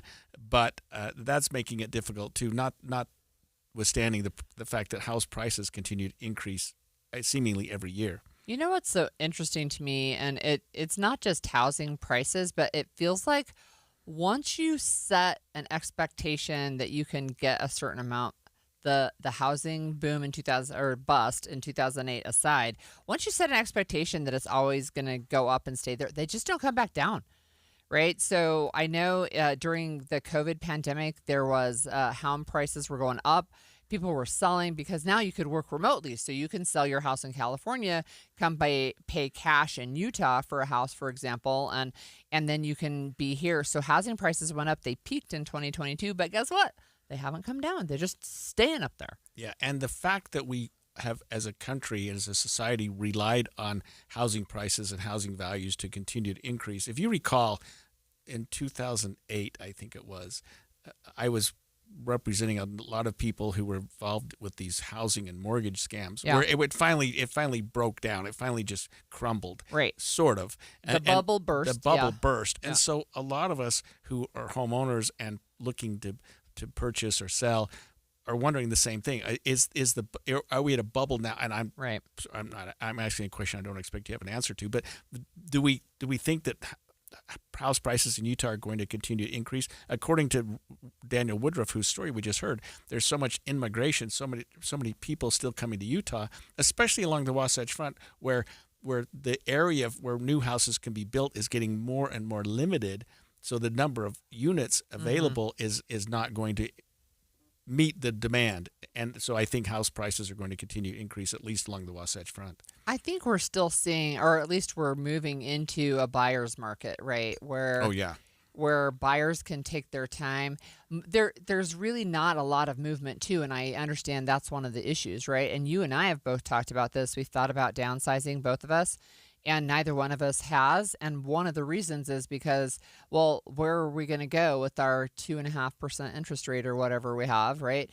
Because we're going to stay in these houses, and because we're staying and we're not downsizing, then that means there's less mobility for other buyers. Yeah, and I read another stat that said that the average price, and I've lost it now, the average time on the market for a home it was like 107 days or something. It wasn't a huge number. It's getting close to 2 months. But that's almost 4 months.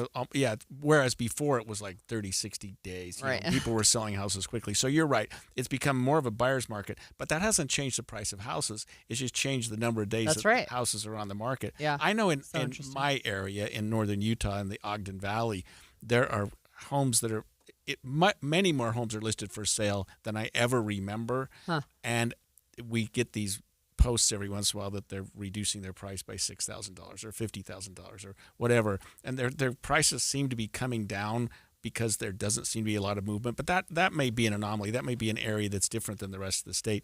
But I do notice that a lot of houses are for sale up there. And I think that what we've learned is that the mortgage rates are now something in the range of 6.3, 6.5%. Yeah, that's right. Somewhere around there, yeah. Which is better than it's been. Yeah. So one of the types of shows that I enjoy watching on TV are the fix them up and flip the homes, but that's like an investment property. There's actually fewer of those homes for sale, which means there's fewer options for people who want to flip or rent a property. So KSL News Radio's Tammy Kikuchi actually looked at why that's happening. It boils down to affordability, according to Stephen Bond, president of the Utah Association of Realtors. Prices are going higher and higher, and the interest rates are not coming down, making it more expensive to flip a home. Yeah, I think that people are waiting for something to give. You have high price of materials, so it's expensive to renovate right now. The number of investment properties sold is literally half this year compared to the same time last year. But Bond says real estate is still a good investment because economists predict median home prices to soar to $1 million by 2030. Right now, those prices are around $500,000. Tammy Kikuchi, KSL News Radio. That just gave me heart failure. Can you imagine? $1 million the median in home price 2030 in Utah is $1 That's million. 5 years. That's less than 5 years from now. That's crazy. I don't see that happening. I mean, if you look at the last 5 years, absolutely, yes, you can see it happening. But I think it's slowing down a little bit. Yeah, I mean, that would be doubling in less than 5 years. So we'll see if that holds. But look, one of the things that sometimes young people used to be able to do when they were young and energetic and had more time than money was to buy a fixer-upper and then kind of flip it. But it sounds like that's getting harder and harder to do as well. Well, another thing about flipping a home is that you don't necessarily get the same interest rates because you're not going to live in it. Yeah, right. It's not owner-occupied. Or maybe it is while you're fixing it up. Or while you're fixing it up, yeah. But it's not the same as it used to be. And besides, there are still a lot of people who are smart and savvy in doing these flipping and doing these investment properties. So that there's competition in that market as well. But I don't see people doing as many home flippings. I don't know if that's the right word. Properties, resell as they did in the past. That was quite a lucrative business for a while. For sure. Look, if any of our listeners need help navigating today's housing market, the Stern team of Amada Real Estate has been a great resource to find solutions for both buyers and sellers. They can help you navigate a sometimes confusing market and one that has been changing. Now, I have to tell you this. One of Utah's elected officials has a very, very active, very public online persona. We're going to talk about how @Based Mike Lee turned into an account that posts dozens and dozens of times a day. Stay with us on KSL News Radio. You can stream us at KSL News Radio and on the KSL News Radio app, sponsored by At Your Service Pros. KSL FM Midvale. KSL Salt Lake City. From the KSL Common Spirit Health Studios, this is KSL News Radio. Utah's news, traffic, and weather station. 11 o'clock at KSL News Radio. I'm Claire Scott. KSL's top story this hour. A motorcyclist was hit on Redwood Road this morning. This was near 100 and 2100 South in Riverton. Police say the man was crossing Redwood when he was T-boned by another vehicle. He was taken to the hospital in critical condition. The driver of the other car is cooperating with police. Our top national story this hour from ABC News. NASA says a new sample found on Mars shows potential signs of life 1 billion years ago. A year ago, we found a sample, and it was, again, we're exploring in places where there were rivers and where there were lakes. And much as on Earth, we think that that's where we'd see signs of ancient life on Mars. We put it out to our scientific friends to pressure test it, to analyze it. They've come back and they said, listen, we can't find another explanation. So this very well could be the clearest sign of life that we've ever found on Mars. That's Sean Duffy, the acting NASA administrator. Your money at this moment, the Dow is down 237 points. The S&P is up 24 points. And coming up hot and windy, KSL weather's next. KSL News Time, 11:01.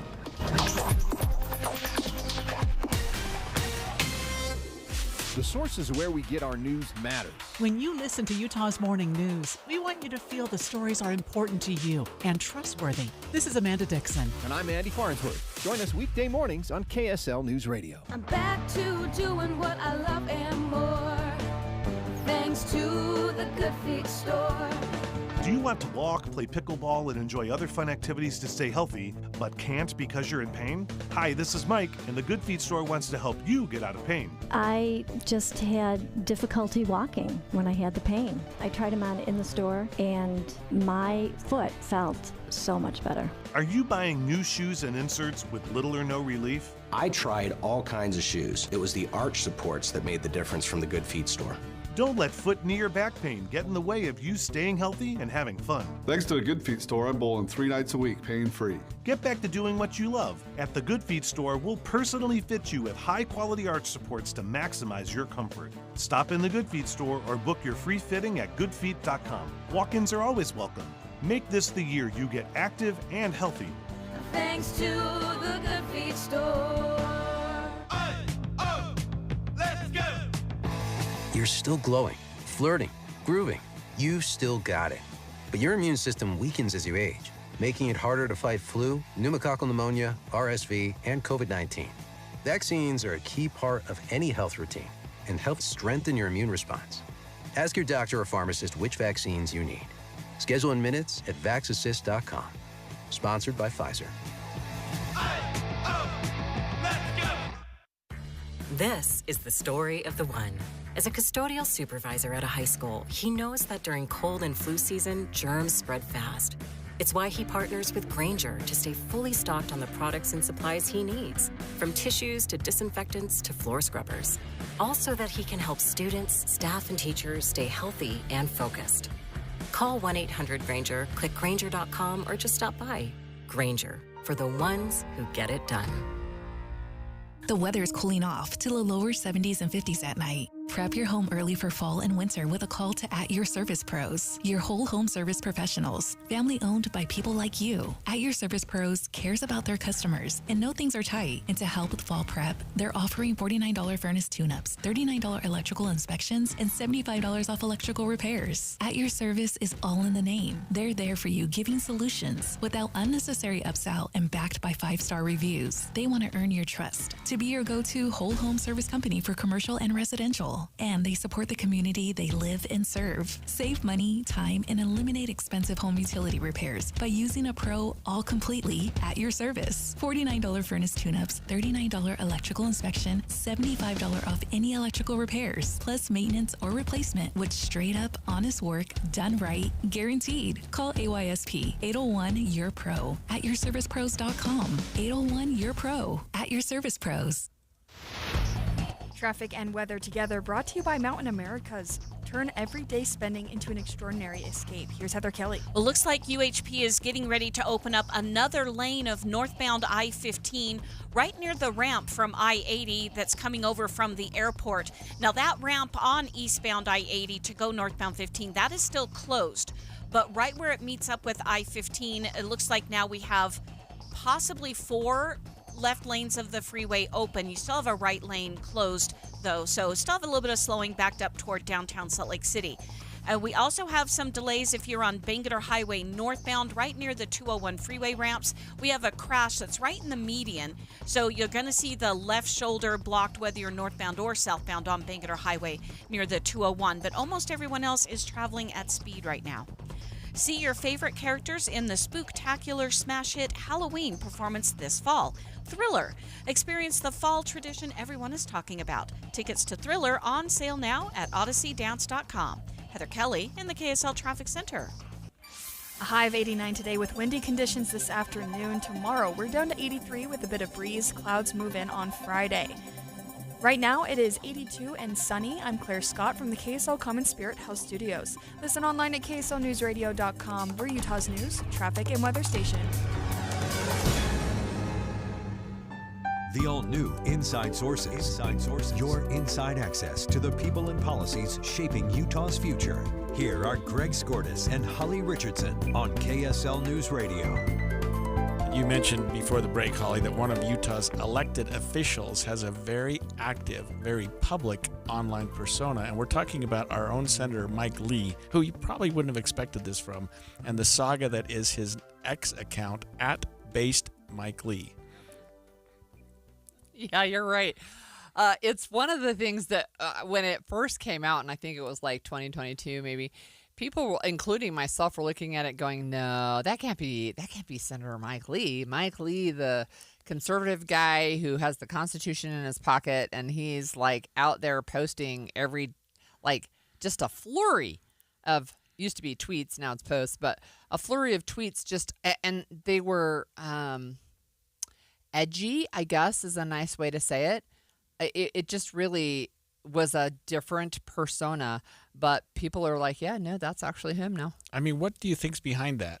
Because they're what did you say, every 27 minutes or something? I mean, there's on average, right? So on average, every 28 minutes. So almost 9,400 posts in 6 months at the end of 2024. That works out to every 28 minutes around the clock. I mean, sometimes you just feel like you have something to say, and he does have 610,000 followers apparently, so he's got an audience. Why not post?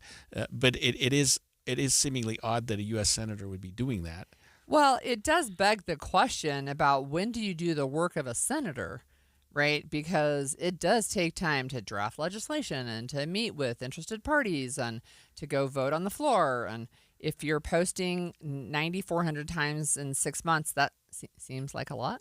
Yeah, and we're talking about Utah Senator Mike Lee and his what is it, X account? It's the X account at Based Mike Lee. Based, B-A-S-E-D. Yeah. I don't understand that, but anyway, he can call himself anything he wants.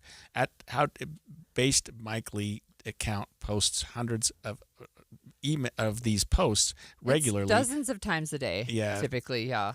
Mostly, as you'd expect, conservative posts. People that are, and that's his base. I mean, that's the people that are listening to him, and some of it's actually on the urging of some of his conservative influencers.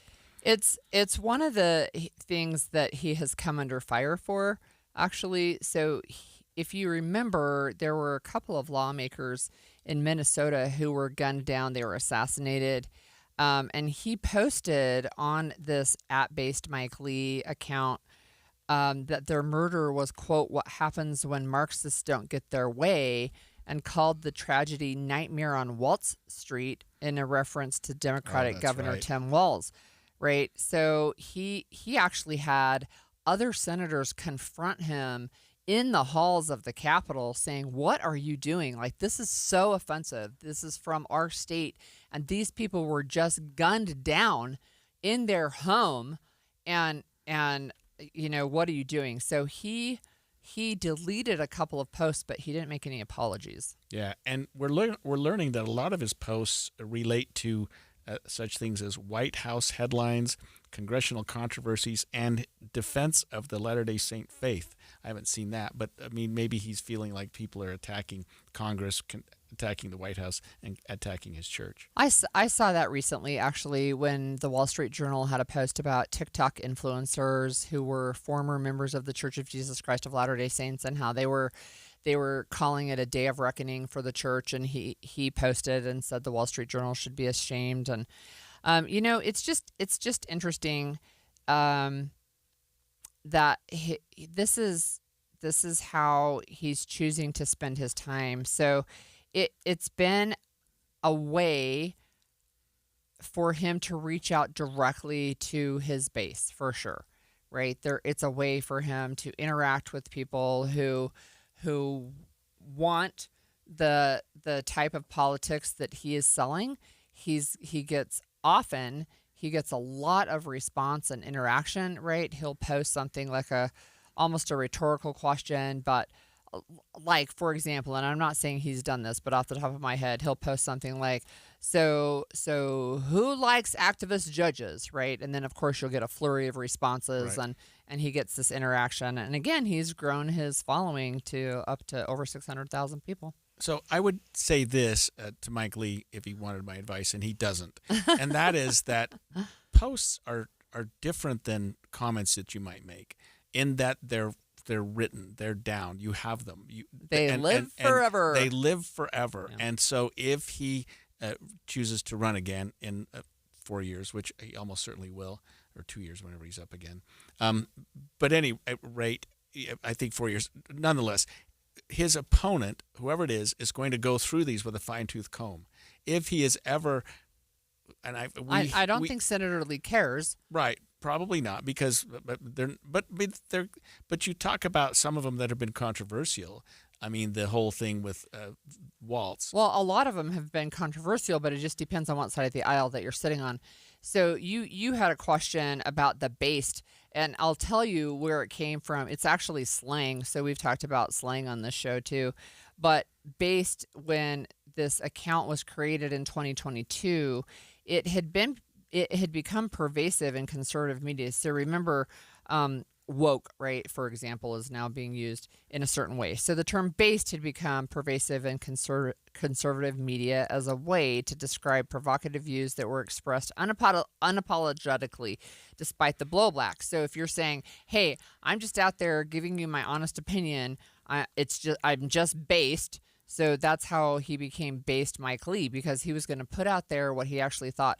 And people have wondered, is this just staff? Does he just have staff posting? But people have asked him, and he said, no, it really is just me most of the time. Yeah, and some people are in his defense saying, people should be more like that. Every elected official should be more direct. We should know what they're thinking. We should see their posts. It's how we know what's going on. I don't really see it as, he should be spending more time on legislation, because I don't think these posts take a tremendous amount of time. I don't know. I don't post, but it's not like you're just sitting down and you're taking hours away every day from your work. Maybe you are. Maybe he's posting this much, but it seems like it's almost like a train of thought, things that he's experienced or seeing or responding to at the time. Yeah, and I'm sure that he has people that he is talking to. So again, we have several texters that are saying, he's got to have people doing it for him. But I promise there are articles out there where they've asked him directly, and he just says, it's me.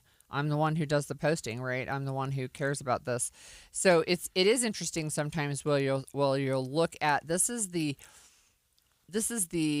unofficial account. He has a campaign account, and then he also has an official Senate account. If you look at the based Mike Lee and you looked at the Sen Mike Lee, SEN, on the same instance, you will have what you would consider, I think, senatorial language when certain events happen, and then something very different over on the based Mike Lee account. And look, one of the big ways that he grew his following is that he and Elon Musk became really good buddies, and they amplify each other. Yeah, and probably encourage each other in this area.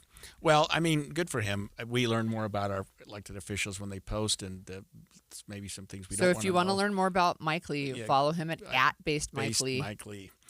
When we come back, the Interior Department is proposing a rollback of a major conservation rule, and it could reshape how America's public lands are used and managed. From ranchers to recreation lovers to energy developers, everyone's got a stake. We'll explain what's going on straight ahead. Many people worry they're not making the right investment choices inside their 401ks.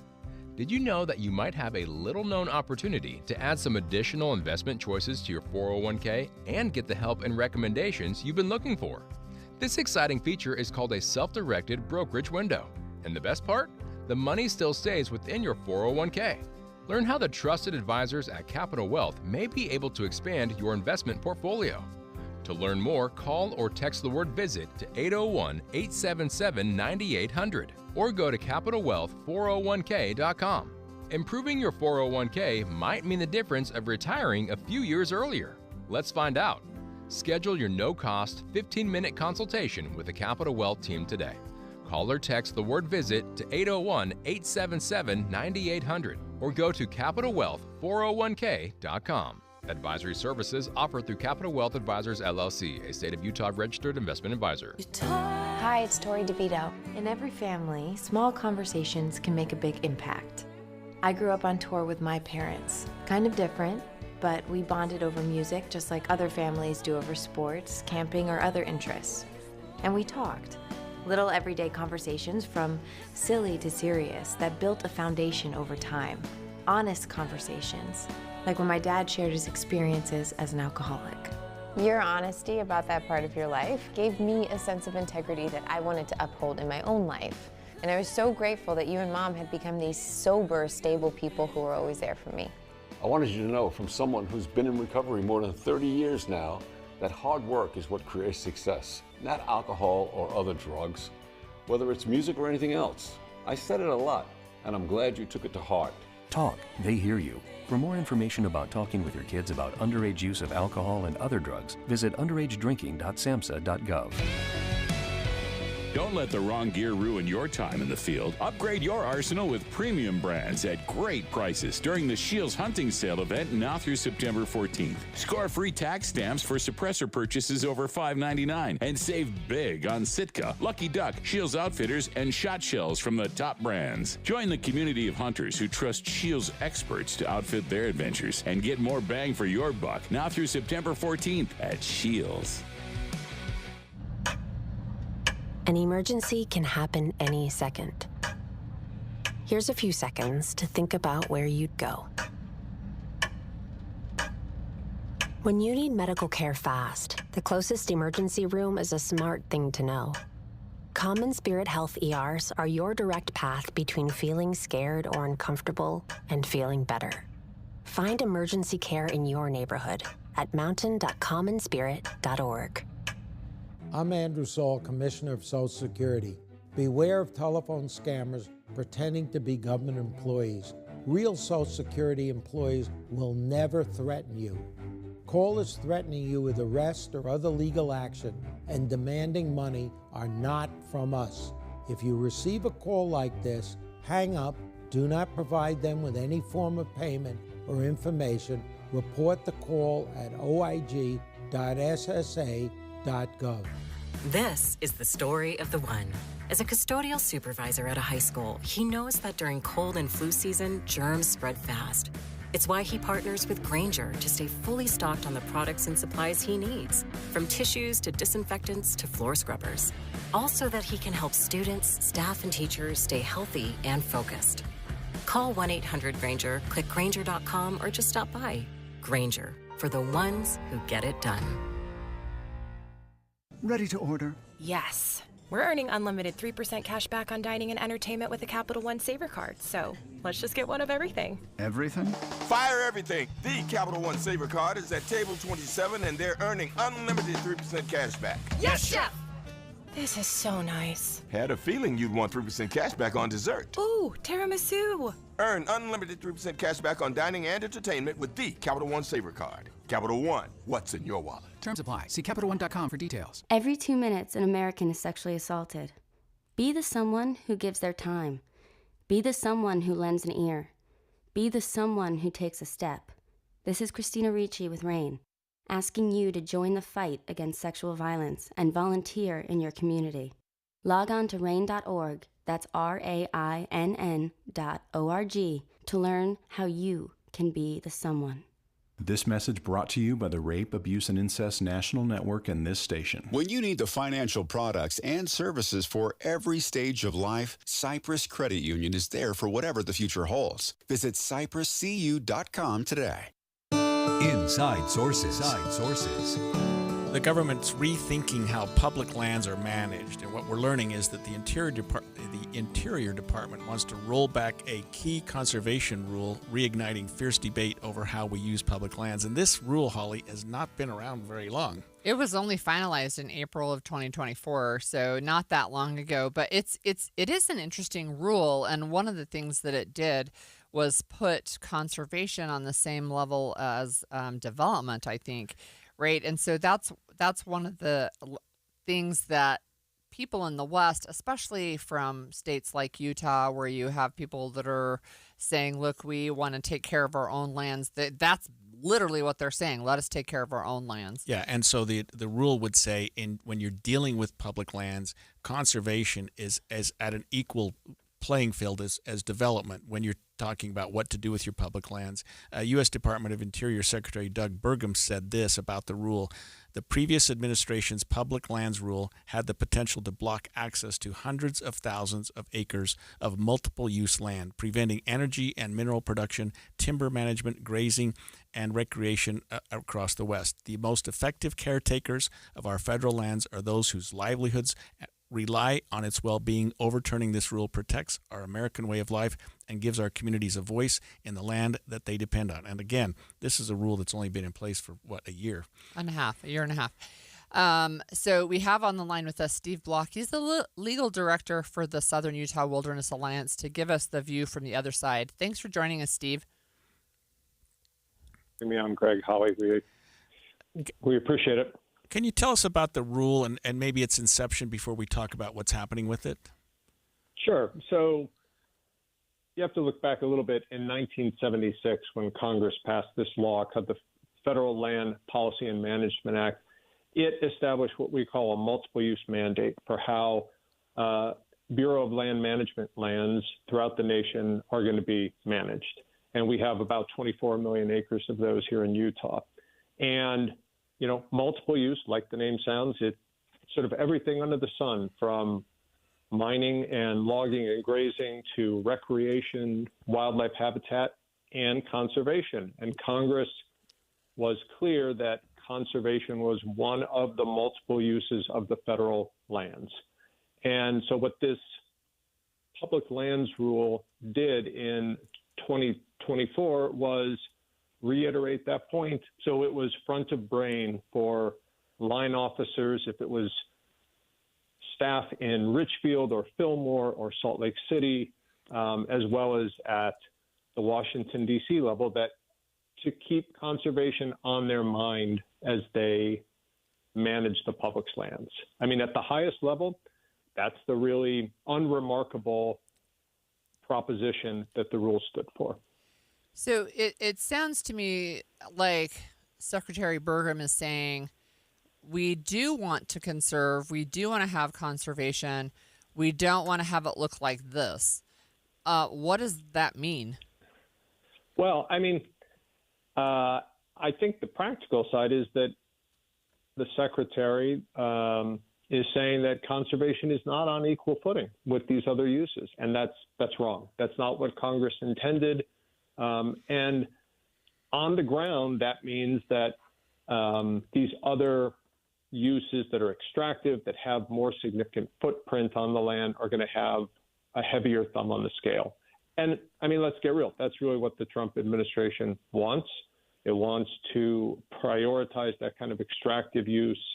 They don't think that climate change is real. They don't think that wildlife habitat or riparian habitat matters, right? The streamside habitats in Utah. They don't think that non-motorized recreation matters as much as heavier uses on the public's lands.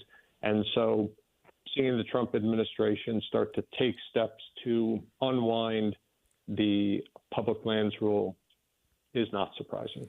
So, Steve, how would you define to our listeners, and I know this might seem like a silly question, what is meant by conservation of lands? If you're saying, okay, development means oil, it means minerals, it means extraction, it means, whatever. What does conservation mean? And I think you started articulating some of the reasons just when your last answer. Well, I think conservation, it means a lot of different things, Greg. I mean, it means prioritizing the protection of, for example, wildlife habitat or certain species which are imperiled on the public lands. It may mean prioritizing non-motorized recreation. It may mean, in some instances, wilderness designation, which of course is only something that Congress can do. But it would mean identifying lands that are ready for wilderness designation or lands that offer important benefits for fighting the climate change crisis that we're facing here in Utah. I think some of the opponents to the public lands rule really mischaracterize it. They talk about, we hear Senator Mike Lee or Senator John Curtis, for example, say that the public lands rule was kind of a museum-like approach of look but don't touch. That's a nice soundbite, but that's not what it meant on the ground. It meant that the BLM had the tools to say, we're going to manage for multiple use, and that means some places are going to see non-consumptive uses prioritized, meaning for wildlife habitat, for non-motorized recreation, for things like that. Steve, that makes sense? Yes. If the public wants to weigh in on this, I understand they have a set period of time where they can do that. What does that look like? So that's right. There's going to be a 60-day comment period that'll start tomorrow.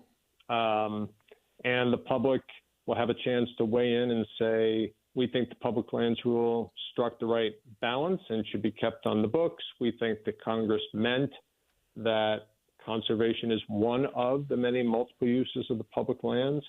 Of course, if folks want to say we oppose the rule, now is going to be that opportunity for them as well. So it's 60 days. I'm sure the Bureau of Land Management and the State of Utah websites will have information. Southern Utah Wilderness Alliance, which is www.suwa.org, will have information. I should note that when the public lands rule went through this same rulemaking process, just the formal sort of way that, federal agencies have to do their rules. When it went through in 2023 and 2024, there were hundreds of thousands of comments that were received.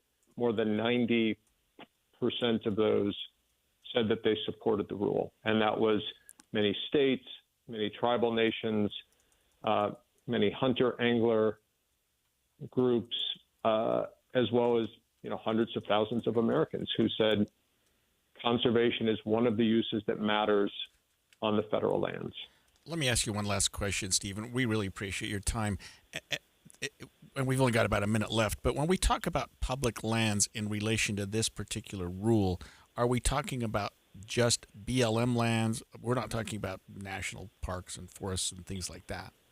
No, so that's right, Greg. We're only talking lands that the Bureau of Land Management manages, which again is about 24 million acres in Utah. And I think that's a really important point. I heard Holly in the lead up here talk about how the state of Utah, for example, is talking about how it wants to manage our lands. Well, let's all be clear that those 24 million acres of Bureau of Land Management lands are federal lands. They're owned by all Americans, managed on their behalf by the federal government. The state of Utah, Utah counties, Utah residents have a really important voice that's listened to in how those lands are managed, but it's not the only voice. And that's because these lands are held in trust for all Americans. Thank you so much for joining us today. That was Steve Block, the legal director of SUA, the Southern Utah Wilderness Alliance. And also, we have a statement from House Speaker Mike Schultz, again, going back to the other side. He was not able to join us today, but his statement says that Utahns love our public lands. We just spoke about that, for the opportunities they provide to hike, camp, hunt, fish, and explore the outdoors. By reversing this rule, we ensure these lands remain open and accessible for recreation, while also improving forest and land management to reduce wildfire risks and protect the landscapes that we love. Yeah, and he went further and said, no one understands how to care for these lands better than the people who live near them and use them every day. This decision puts control back in the hands of states and local communities who know these areas best and are committed to preserving them. It's a win for Utah families, for responsible land stewardship, and for keeping our public lands healthy and open for generations to come. When we come back, a woman said she wanted to reconcile, but it ended up being a trap. She admitted that she lured her husband, her estranged husband, across state lines to murder good heavens, to murder an American Fork. She'll likely spend the rest of her life in prison and could be joined by another family member. It's a twisted plot, and we'll talk about that after the break. It's 11:30 at KSL News Radio. I'm Burl Johansson. KSL's top local story this hour. A particularly warm and sunny summer has led to an increase in harmful algal blooms in the state. KSL News Radio's Brianna Willis reports. State scientists say algae thrives in stagnant, warm water with plenty of sunshine, and a warm summer and drought conditions are the perfect environment for them. Ellen Bailey with the Utah Department of Environmental Quality says August is generally the time of year for blooms. Right now, she says there are 13 harmful algal bloom warnings and 3 watches in the state. Most of the issues are in southern Utah. Bailey says if you plan to visit one of these lakes or reservoirs, it's a good idea to stay out of the water and avoid getting any of it in your mouth. Boating and fishing should be fine. Our top national story this hour from ABC News. Salvage operations will begin at a Los Angeles port after shipping containers fell like dominoes off a large cargo ship into the water on Tuesday. An investigation is now underway at the Port of Long Beach to understand why more than 60 shipping containers fell off the ship named Mississippi at around 9 a.m. on Tuesday. No injuries were reported, but the large containers tumbled into the water and onto a barge. Other containers are still tilting. Art Maraquin with the Port of Long Beach says it will take a while to clean it up. The Unified Command is going to discuss how to start salvage operations. Investigators are looking at a possible balance issue involving the ballast inside the ship. Alex Stone, ABC News, Los Angeles. Your money at this moment, the Dow is down 254 points, the S&P is up 19, and the NASDAQ also up 23 points. Well, we're flirting with 90 degrees today, but then we're into the 70s for the weekend. KSL weather's next. KSL News Time, 11:32. Mornings are for recharging. And they're for starting your day right. We volunteer to join you in the car. Get news and weather at 102.7 FM during the most important part of your day. Andy and Amanda, each morning between 5 and 9 on KSL News Radio. Saving for retirement was tough enough for us. Yes, and navigating markets can be challenging at times. I understand. That's why at Fisher Investments, we take a disciplined approach with your investments. Tell us more about that. We take an active approach to money management, positioning your portfolio for opportunities we see ahead. So all your clients get the same portfolio? No, we tailor your portfolio to your individual goals and needs. What about communication? We don't like being left in the dark. We check in regularly to keep you informed on the markets and your portfolio. Which means you'll help us stay on track. Yes, our goal is your comfortable retirement. And as a fiduciary, we always put your interests first, because we do better when you do better. At Fisher Investments, we're clearly different. Learn more at FisherInvestments.com. Investing in securities involves the risk of loss. You worked hard for your 401k, but if you've left your job, your money might be sitting in the wrong hands. I'm Jeff Jr. with Trajan Wealth, and it's very possible that the 401k that you have had for years has hidden fees and limited investment choices. But if you're no longer with the company, that 401k may be at the mercy of your former employer. All of these things could be costing you thousands. Rolling over your 401k into an IRA can provide better investment options that align with your long-term goals. At Trajan Wealth, we're fiduciary advisors that are held to a higher standard with no hidden agenda and no hidden fees. Don't let your retirement dollars sit in an old plan, and don't roll it over to your new plan without consulting Trajan Wealth first. Call Trajan today at 801-899-7600. That's 801-899-7600. Advisory services are offered through Trajan Wealth, LLC, an SEC-registered investment advisor. Traffic and weather together, brought to you by Mount America. Turn every spending into an extraordinary escape. Here's Ricky Meese. Such a much better drive on northbound I-15, going anywhere through the heart of the valley to the downtown exit. The ramp is also now open, traveling eastbound I-80 to go 26 north on northbound I-15. We do have a couple of problems that we're dealing with. One is an accident southbound I-215's westbound, about 3500 south in West Valley, out of traffic on the left shoulder. And then we also have an accident northbound Bangerter at the 201 junction. These vehicles are in the median. The BYU Department of Dance presents World of Dance, featuring BYU's finest ballroom, contemporary, ballet, Native American, and folk dance ensembles. September 25th through 27th at the Marriott Center. Tickets at BYUOnStage.com. Ricky Meese in the KSL Traffic Center. Well, it's going to be a bit windy today with high temperatures looking to hit 89 degrees. We cool down to 83 tomorrow before falling into the 70s on Friday and Saturday. Right now it's windy and 82 degrees in Salt Lake City. I'm Burl Johansson from the KSL Common Spirit Health Studios. Listen online at KSLNewsRadio.com. We're Utah's news, traffic, and weather station. The all-new Inside Sources. Your inside access to the people and policies shaping Utah's future. Here are Greg Skordas and Holly Richardson on KSL News Radio. She said she wanted to reconcile, but it was a trap. Catherine Rastelli pled guilty to murder, conspiracy to commit murder, and discharge of a firearm in relation to a homicide that occurred in American Fork. Now she's headed to prison, and some of her family members could be next. This is KSL News Radio's Becky Bruce with the details. Catherine Rastelli pleaded guilty to murder, conspiracy to commit murder, and discharge of a firearm, and got the maximum sentence for those three charges today. They'll run consecutively. Matthew Rastelli came to Catherine's mother's home believing she wanted to reconcile, but instead was shot. Police say it was Catherine's brother who pulled the trigger. The family claims Matthew entered without permission and the shooting was in self-defense. In court, Catherine apologized, but the judge referred to testimony from a friend who said hours after the murder, Catherine was getting ready for a date. The judge also issued a protective order to prevent her from contacting her children. Catherine's brother and mother are expected to face trial early next year. Becky Bruce, KSL News Radio.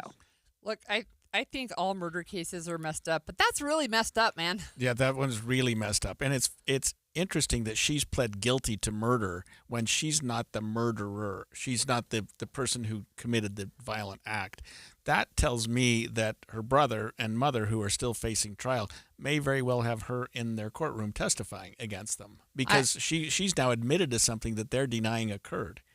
Oh, are they denying it? Well, Interesting. they're going to trial. They're saying no. They're saying it was self-defense. He entered violently, I see. and he deserved it. She's saying no. No. You know what I mean? Yeah. It's a murder. She wanted to go on a date just after he died. Yeah. Like, look, sometimes relationships are messy. Divorce can happen. Separations can happen.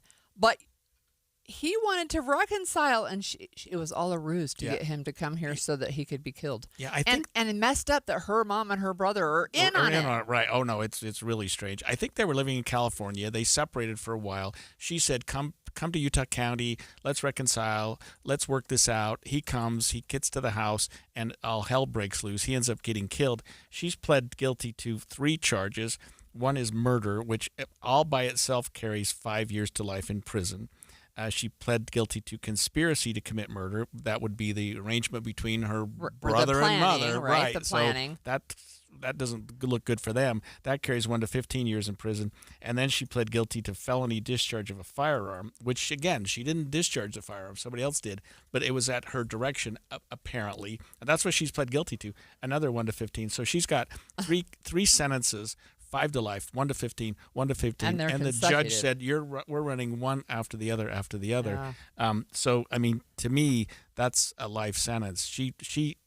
I mean, there are certainly reasons why this occurred, but she did not get much of a break in terms of resolving this case. You know, it was interesting. This story, I mean, again, it's super disturbing, and she apologized in court, but still, like. Her life is over. She's not going to see her kids again. Now ex-husband is dead. Her mom and brother are probably going to go to prison. That's right. At least they're facing trial in a year. And again, like I said, she may very well be a witness, although you have to wonder what's in it for her. When you talk about people who are testifying, and it may very well have been part of her plea bargain, although I don't see that, which would require that she testify. But there was this huge statement that she signed.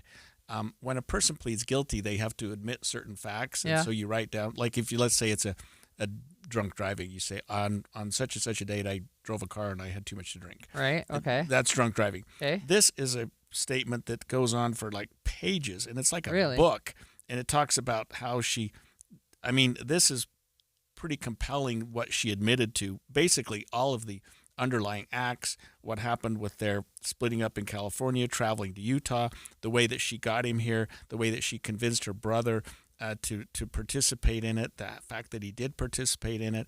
The hubby comes in from California, showing up and saying, "Hey, let's work this out." Comes into the house, and then he's shot. And then, of course, they claim that he was breaking in. That way, you can get a self-defense argument. You can say, well, the way he entered the house, we felt that he was a risk to us, and so this was all self-defense. She's put a huge hole in that now with her testimony and her admitted factual statement, and she's the wife. So and she got, I don't know, seemingly no break for this. Who knows what she was spared? Maybe it was an aggravated murder. Maybe it was a death penalty case. I can't imagine it would have been, given the facts. But 5 to life and 2 1 to 15s consecutive. Look, I'm looking at a national story about this story, and so you said self-defense, but they're part of the documentation that this organization, it was MSN, that they looked at. They said, quote, "It did not appear that Matthew was holding this knife when he was shot. It appeared that the knife was deliberately placed into Matthew's right hand after he had been shot dead." And she admitted that. Right? That's part of her factual statement, that after he was killed, they placed a knife in his hand so they could to claim make it look like self-defense. something more was going on here.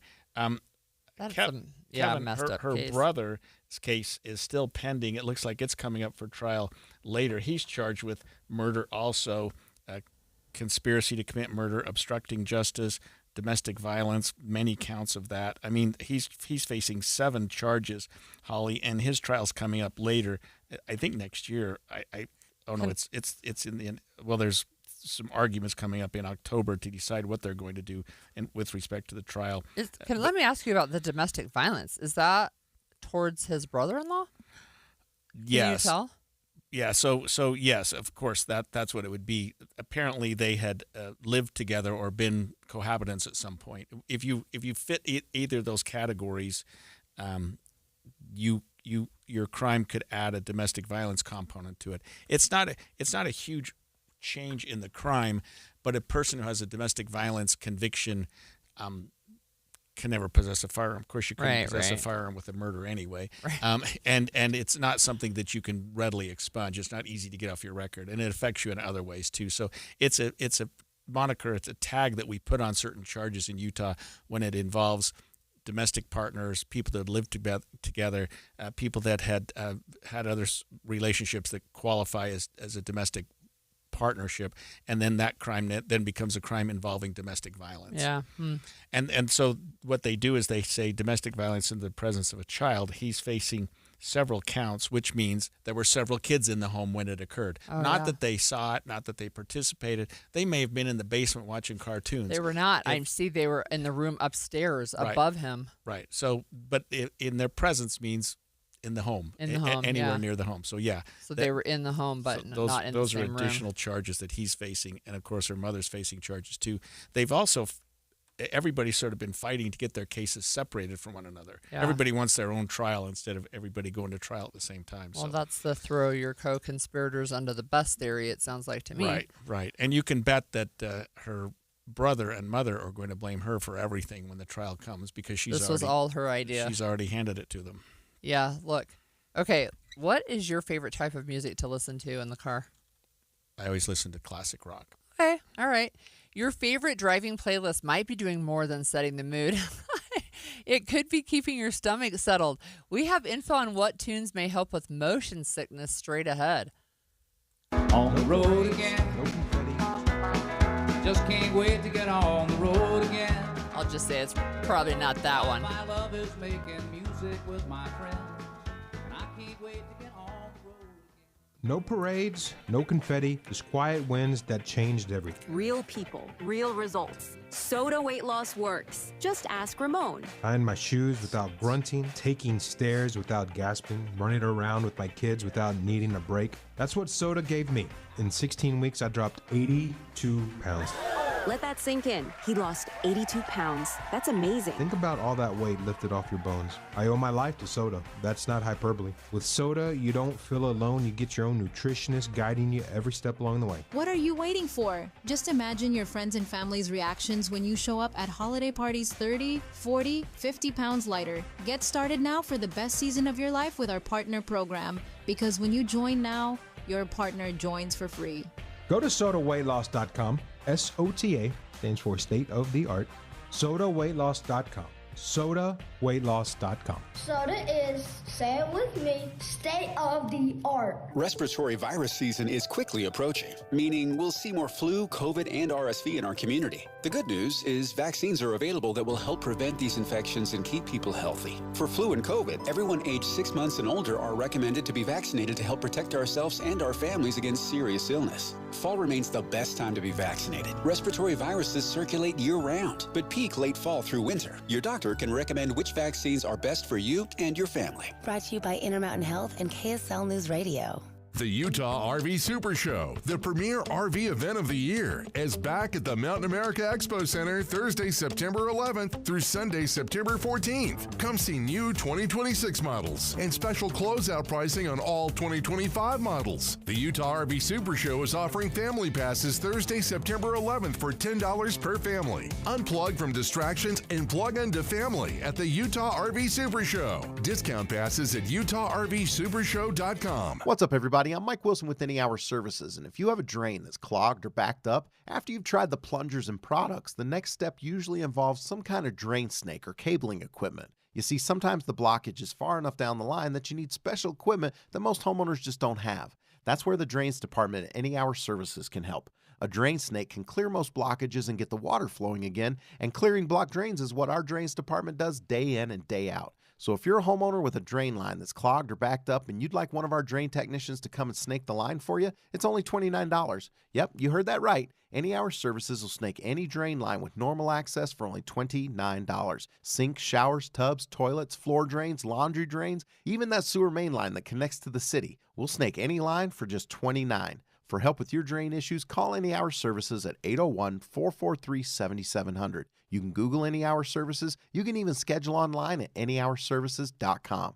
No one helps more homeowners than Any Hour Services. This is Derek Miller speaking on business. The Better Business Bureau helps people find honest businesses and solve problems. They promote fair practices and work every day to build trust and protect consumers in Salt Lake City and beyond. Director of Business Engagement and Outreach, Haley Reyes, joins us with more. The Better Business Bureau has supported businesses and consumers in Utah since 1913 when it started as a committee of the Salt Lake Chamber. We proudly accredit over 4,500 businesses in Utah and Northern Nevada that commit to ethical practices and transparency. We promote trust between businesses and consumers with free resources like profiles on businesses, dispute resolution, and verified customer reviews. Our mission is simple: build a marketplace where trust thrives. One of the key focuses is scam prevention. Scams are evolving with alarming speed and sophistication. The Better Business Bureau responds by hosting free workshops, partnering with local media, and sharing real-time scam alerts through our scam tracker. We want to empower Utahns to spot red flags and protect themselves.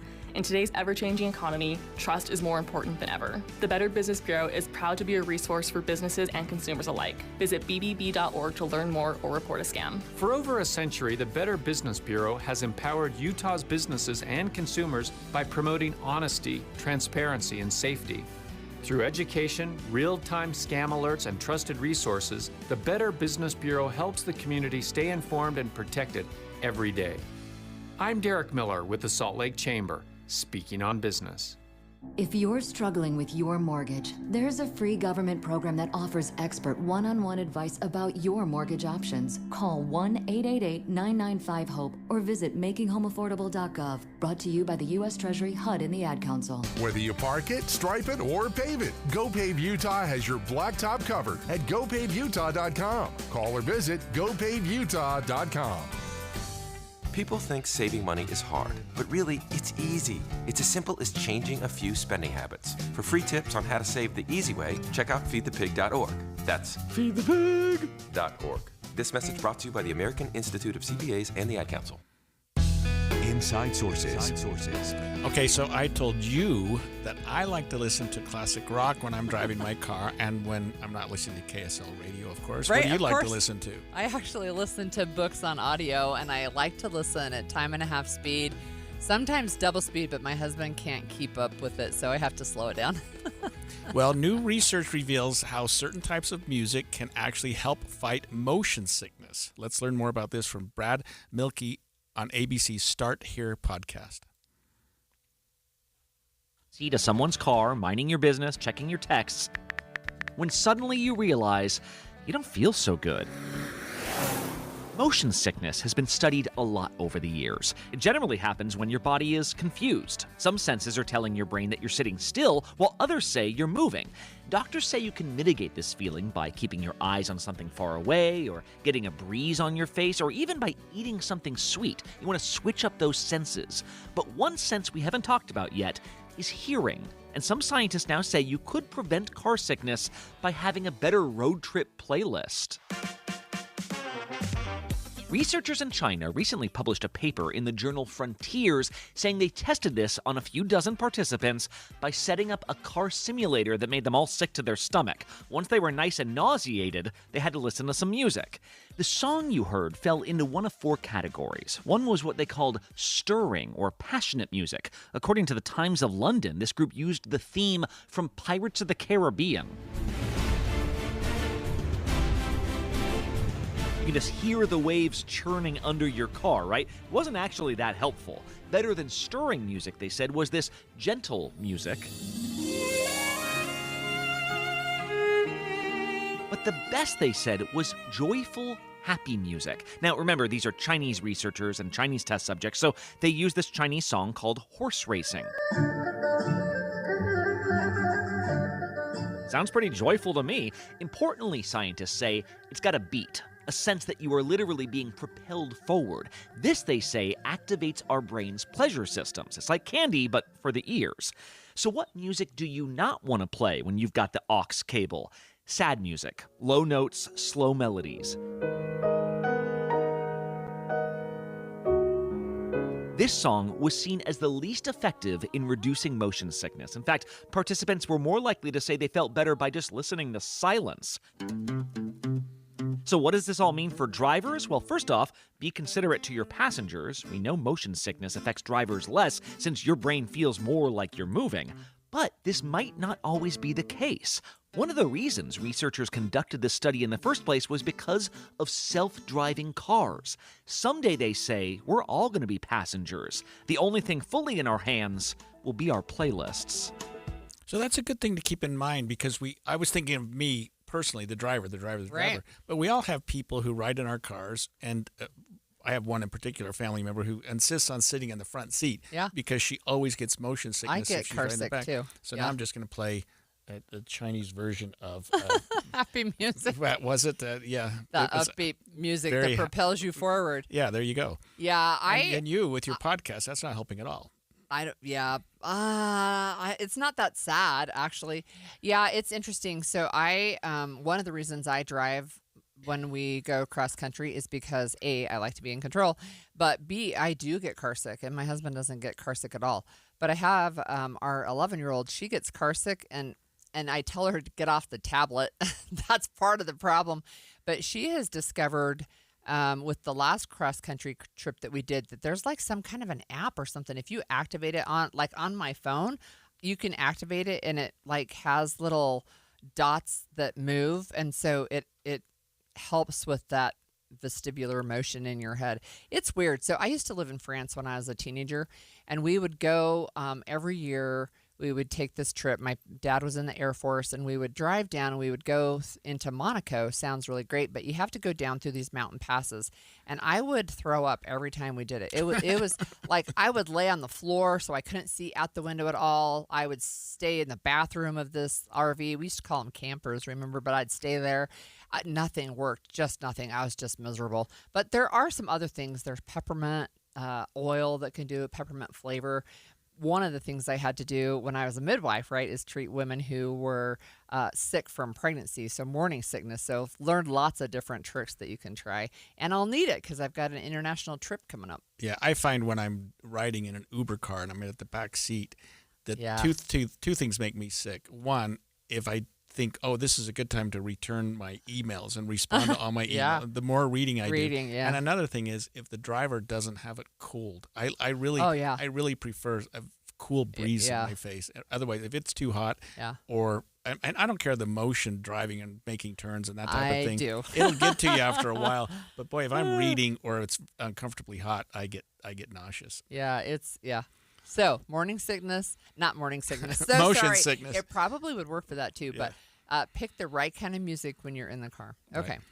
Fun facts of the day. So we've already talked today several times. It is World Suicide Prevention Day. So we've talked about that, and that's an important time, of course. And we really had a good discussion with Steve Elison about that and some things that the legislature is doing and that we're doing here in Utah to alleviate that problem because it's a huge problem for our young people. Yeah, we did. So fun facts of the day for on things that happened on this day. So in 1776, so what happened in 1776? We signed the Declaration of Independence, right? So on this day in 1776, George Washington asked for someone to please be a spy for him.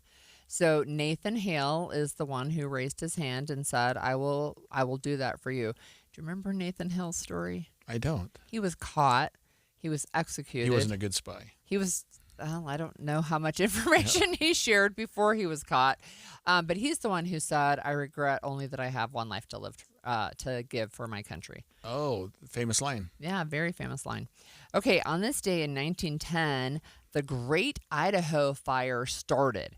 So it burned 3 million acres between northern Idaho and western Montana. It went up into eastern Washington. It went up into Canada. Just wild. It was on this day that it started?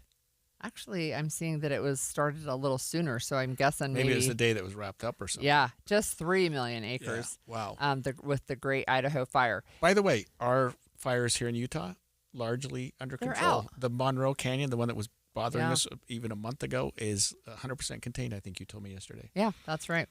Okay, so on this day in 1977, so I just mentioned to you that I lived in France when I was a teenager. We moved there in July of 1977. So I was literally living in France when on September 10th, 1977, the guillotine was used for the last time in a French execution. 77? 77. That's not that long ago. It is not that long ago. Oh, my word. Right? I can't They even were imagine still what that must be like. chopping people's heads off in Yes. France. Knock it off. Oh my gosh. Okay. On this day in 1991, I don't know. This might have been the beginning of controversial Supreme Court justice appointments. I'm not sure. But on this day in 1991, the Clarence Thomas nomination hearings began. And boy, was that a circus. And, Yeah. you know, who ever cared in America about a Supreme Court nomination or Well, until then? We all do now. And we've had a couple since then that were not quite as interesting, but were also controversial. But the Clarence Thomas one, and I felt so sorry for just the way that was portrayed, and not necessarily for him, but for, I forget her name, his alleged victim, who spoke numerous times, and she had to have a hard time with that whole thing. Yeah, and right. He was did the as blame well. the victim too, right? Yeah. If you remember that, right? Yeah. So those are my fun facts of the day. So play music, avoid morning sickness. Please reach out to people who might be suffering, and if they're considering harming themselves, there's help available. And on this day in Idaho, 3 million acres destroyed, 1910. Yeah, I wonder how big Idaho is. I mean, 3 million acres, that's like probably a quarter of the state. I don't know. Anyway, when we come back, the fight. LFM Midvale. KSL Salt Lake City. From the KSL Common Spirit Health Studios, this is KSL News Radio. Utah's news, traffic, and weather station.